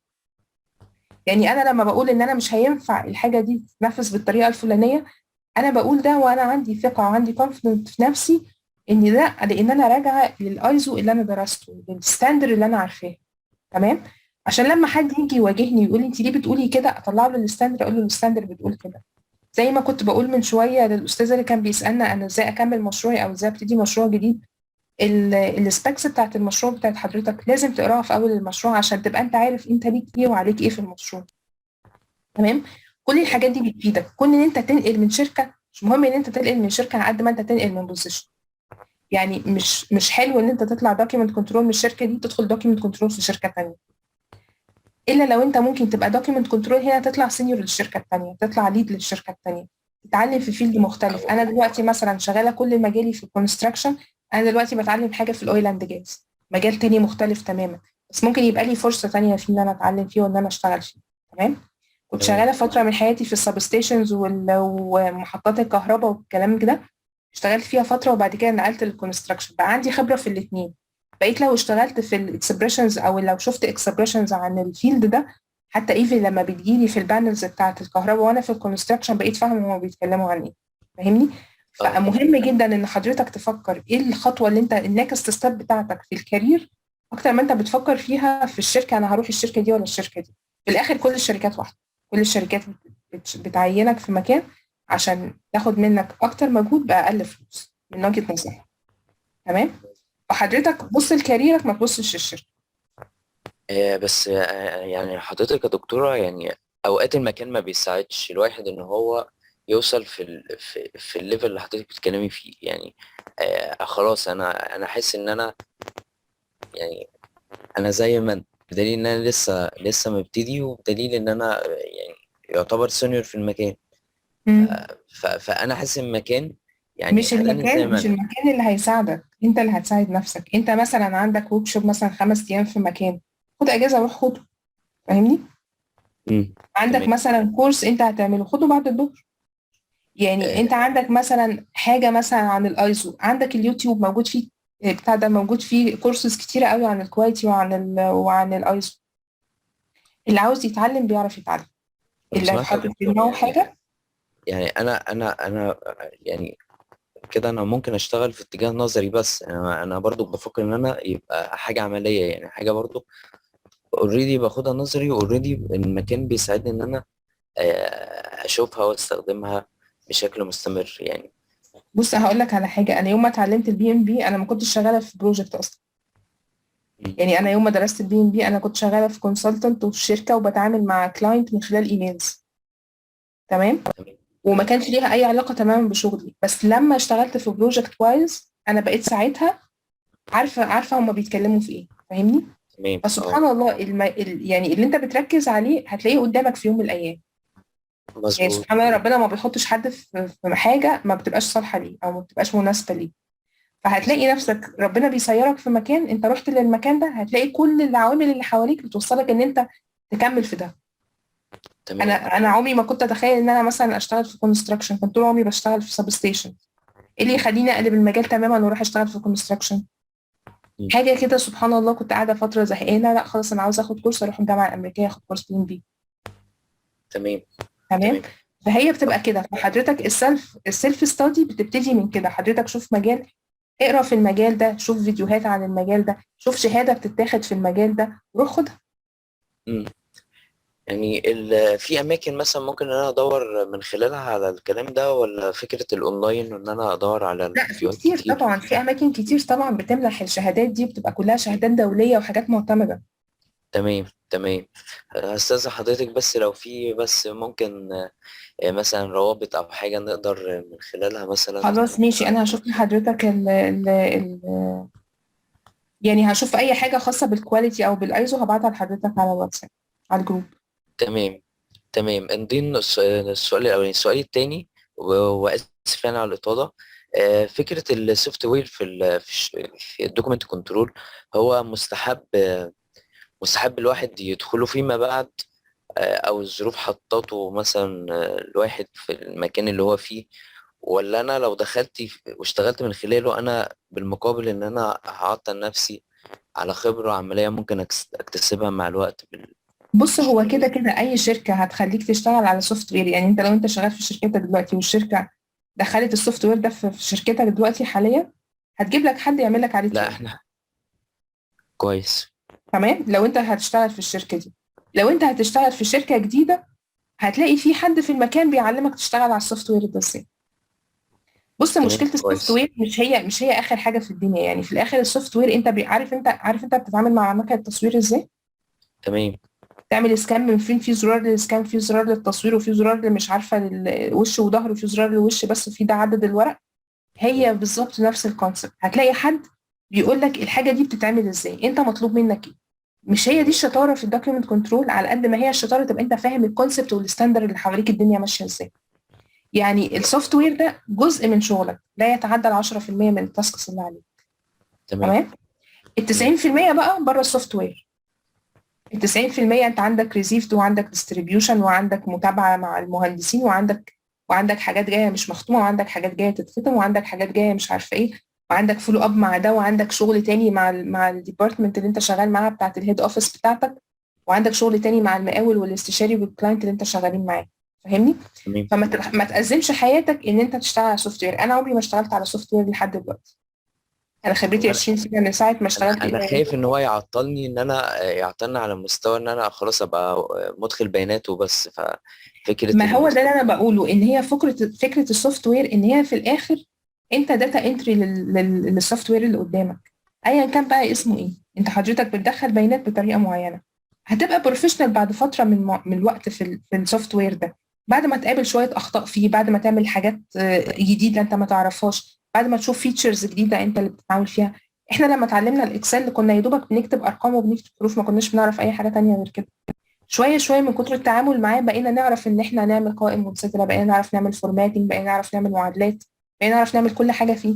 لان انت اتعاملت معاه، بدل ما اتعاملت معاه مره انت اتعاملت معاه 1000 مره، فعرفت ان الخطأ ده بيتعالج بالطريقه الفلانيه. تمام. فما تمام توقفش عن السوفت وير مش هيعطلك عن حاجه. هو يستحب طبعا لو جات لك فرصه ان انت تتعلمه وتاخد فيه شهاده ويبقى تمام، عشان تبقى فرصه ليك لما تحب تنقل الشركه. تمام تمام. تمام تمام لو تمام. في شكرا شكرا. السلام عليكم باشمهندس عمار، اتفضل.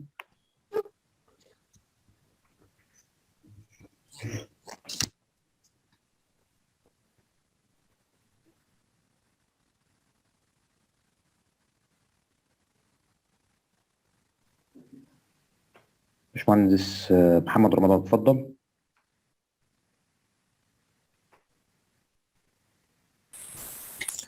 السلام عليكم ورحمة الله. عليكم السلام ورحمه الله وبركاته. أولا مشكور يا دكتور. ثانيا أنا عارف إحنا طولنا كلنا عليكي، بس أنا واحد شغال، يعني اشتغلت في مصر قبل ما أجي السعودية دوكيمنت كنترول وسينيور دوكيمنت كنترول في ابن حسن علام ECH ECG، يعني مجموعة مشاريع كبيرة في القرية الذكية. جيت على السعودية تقريبا أنا بقالي 10 سنين في السعودية. غيرت الكارير شوية، اشتغلت في العقود، خدت الفيديك، خدت MS بروجكت، يعني خدت شويه حاجات كده اضافيه، دورت اداره وقت وخلافه. مقاولات اشتغلت استشاري. انا دلوقتي في شركه تطوير عقاري بقالي حوالي 10 سنين. يعني انا كنت سامع حضرتك بتتكلمي مع الاخ من شويه، نفس الكلام. انا مش حاسس ان في تجديد بالنسبه لي. انا عايز اغير كارير، او مش هقول اغير كارير او اطور الكارير، مفيش استفاده جديده بالنسبه لي. فانا فكرت في ماجستير، انا بدور على ماجستير اداره اعمال. في جامعه معينه ممكن حضرتك تنصحينا بيها لو كده هوت، لو بفكر فيها؟ بص، هو الدوكيمنت كنترول يعني من سوء الحظ ان الدوكيمنت كنترول ملوش مرجع، ملوش داتابيز، ملوش دراسة. يعني هو فاكر احنا لما عملنا الكورس في 2014 ما كانش حتى اصلا ليه ماتيريال. انا ساعتها جبت الماتيريال بتاعته من الديلي بيزز اللي انا بعملها في البروجكت. تمام. فمشكلة الدوكيمنت كنترول ان هو ملوش جامعة ترجع فيها او مجال ترجع ليه. تمام. احنا كدوكيمنت كنترولرز بنلقط المجال بتاعنا من اكتر من مكان، من مثلا من الكواليتي، من البروجكت مانجمنت، مثلا من الادمنستريشن مانجمنت، كل حاجه. فانت بتلاقي الجزء يعني التاسك بتاعتك متاخده من اكتر من مجال. بس في دلوقتي مثلا معاهد بره في امريكا مثلا او في كندا بتعمل كورسز عشان تبقى حضرتك سيرتيفايد انفورميشن مانجمنت مثلا. دي حاجات بره. في مثلا حاجات زي الايزو مثلا، حضرتك مثلا تتخصص في الايزو. في مثلا حضرتك تتخصص في الاوديت تبقى كواليتي اوديت مثلا، كواليتي اوديتور مثلا.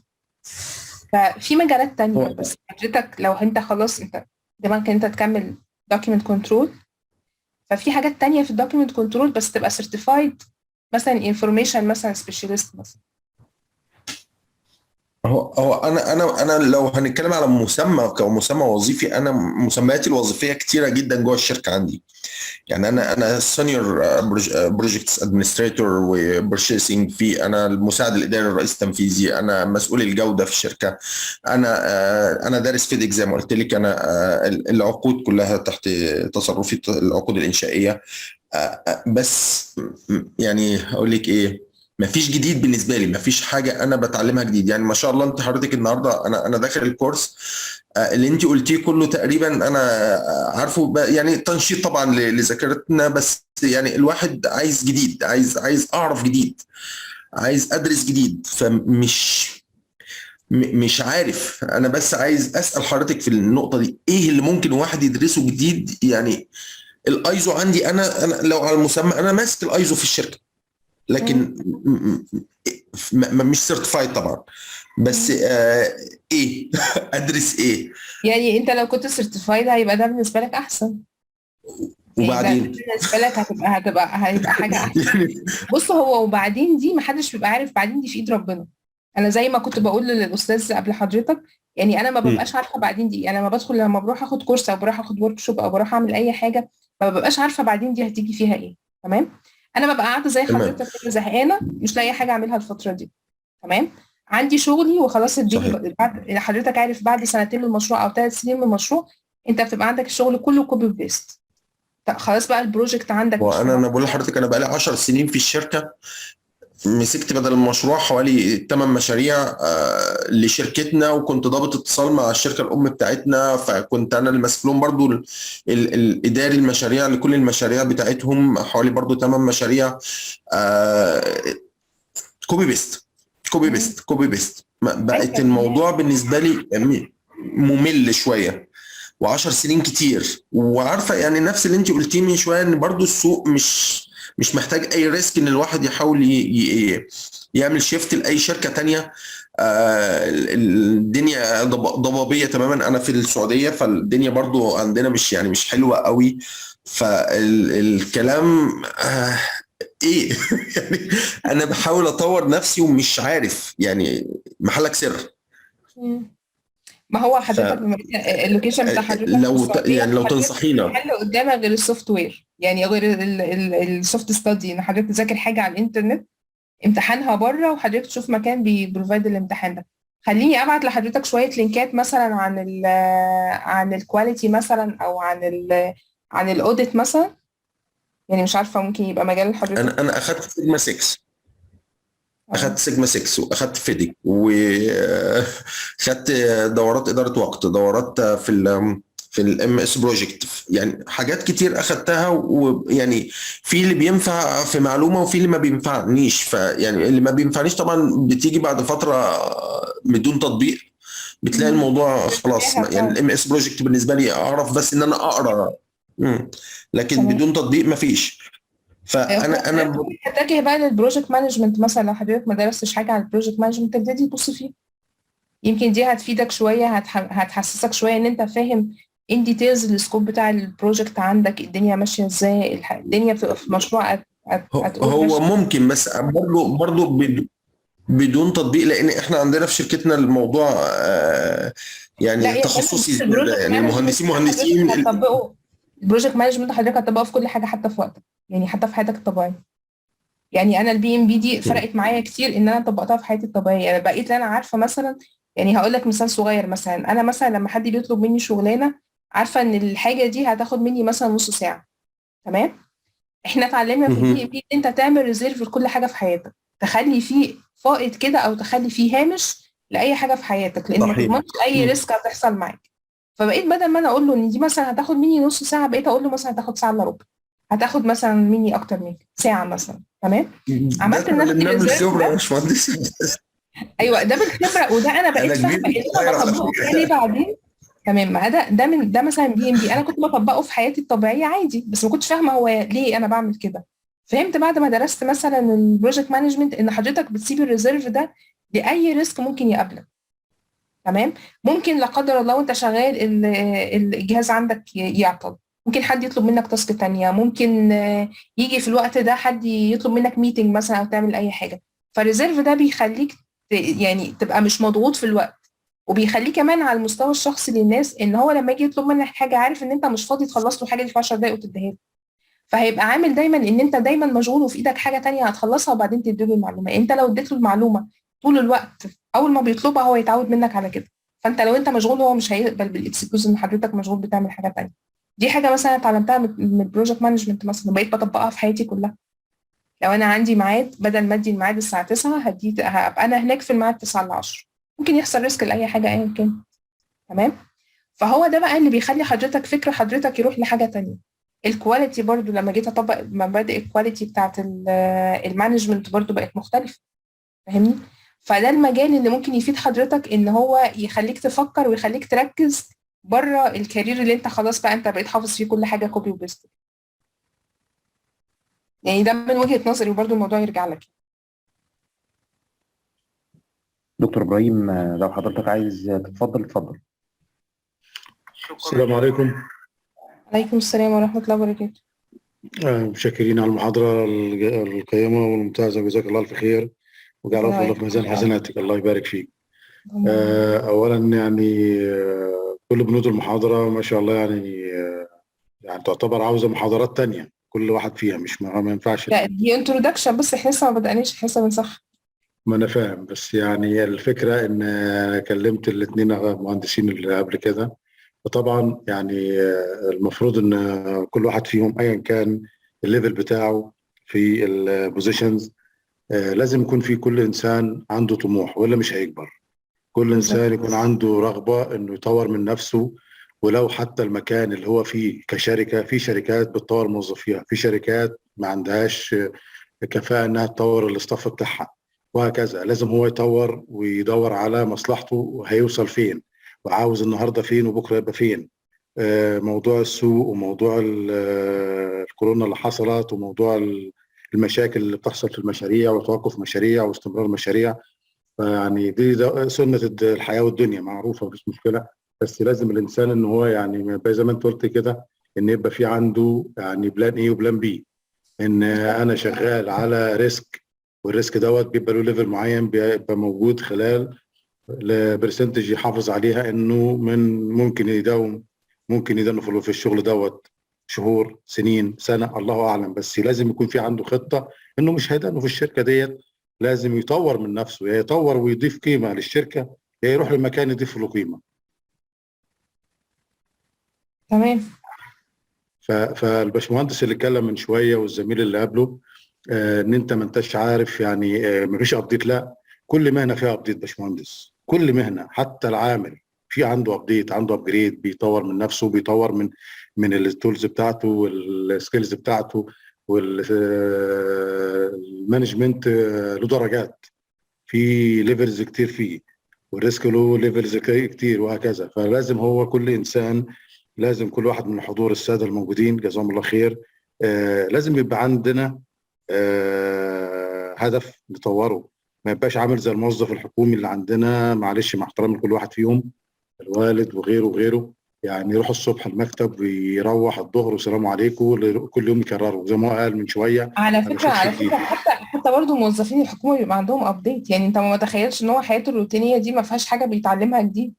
هو ممكن يكون يعني في حد بيقابله وبيتعلم منه. باشمهندسه، يعني شوفي كل جيل وله صفاته، جيل السبعينات غير الستينات غير الجيل الحالي غير الجيل اللي جاي. في ناس يعني زي اولادنا بقوا متفوقين احسن مننا، واحنا متفوقين احسن من ابائنا واولياء امورنا معايا، والوالدين، وهكذا وهكذا. فكل جيل ما بيتطور مع تطور التكنولوجيا، مع تطور البيئه، مع توفير الوسائل المتاحه، فتلاقي يعني في عناصر كتير اللي عاوز يطور من نفسه هو اللي بيقول انا هطور، ما يستناش واحد يجي ياخد من ايده كده من على المكتب ويطور من نفسه. اذا ما كانش هو عنده من نفسه الحاجه دي مش هيطور من نفسه، حتى لو انا صرفت عليه ملايين. لا، لازم يكون هو عنده عزيمه انه يقدر يطور من مكانته، من وظيفته، من كل الكلام ده كله. فاللي انا اقصده ايه، عشان بس يعني انا ما عنديش اسئله، انا بس عمليه يعني ايه اضافه للزملاء وتوضيح. يعني انا اولا يعني مدير مشاريع استراتيجيه على مستوى كبير الحمد لله هنا السعوديه. فالفكره ان طبعا الموظف المهندس والدوكمنت كنترولر والسكرتير والستور كيبر والاتندنس والاوديتور وكل البوزيشنز اللي موجوده في المشاريع عندنا، كل واحد له سكوب معين هيوديه، لازم يطور من نفسه. زي ما انت قلت سعادتك كده، ياخد كورسات اونلاين، يحضر شيء، يقرا، يشوف، هو يبدع. على فكره احنا بناخد البدايه ونطور من نفسنا، نطور في الوظيفه بتاعتي. يعني انا اديت الوظيفه بتاعتي بس انا اقدر اطلعها برزنتيشن احسن، اقدر اطلعها بكواليتي افضل، اقدر ان انا اقلل التايم اللي انا عديته فيه. فدي كلها بتعتمد على خبرات من السنين اللي هو بيأديها في شغله. فانا مع احترامي للاثنين زملاء اللي اتكلموا من شويه، فرصه قدامكم كتير يا باشمهندسين، فرصه كويسه جدا. طور من نفسك، احضر دورات، شوف الكورسات الباشمهندسه ابعتها لكم. ما تبقاش واقف محلك سر، خلي عندك طموح لبكره، خلي عندك طموح لبعده. انت راجل بتؤدي رساله، الرساله ديت ما هياش محطه، عباره عن محطات. الرساله محطات من الشغل، فلازم توصل لكل محطه وتشوف اللي بعدها وتشوف اللي بعدها الى ان شاء الله ربنا يديك العمر الطويل. فده اللي عندي، واسف اذا كنت اطلت عليه. جزاك الله خير يا فندم، شكرا. تمام كده يا دكتور، هو كده الأسئلة كده انتهت. وطبعا شكرا جزيلا لحضرتك على سعة الصدر، ويعني كانت محاضرة متميزة جدا، وبارك الله في حضرتك وفي مجهودك. وإياكم إن شاء الله، شكرا جزيلا، نشوفكم على خير إن شاء الله. شكرا. مع السلامة. عليكم السلام ورحمة الله وبركاته.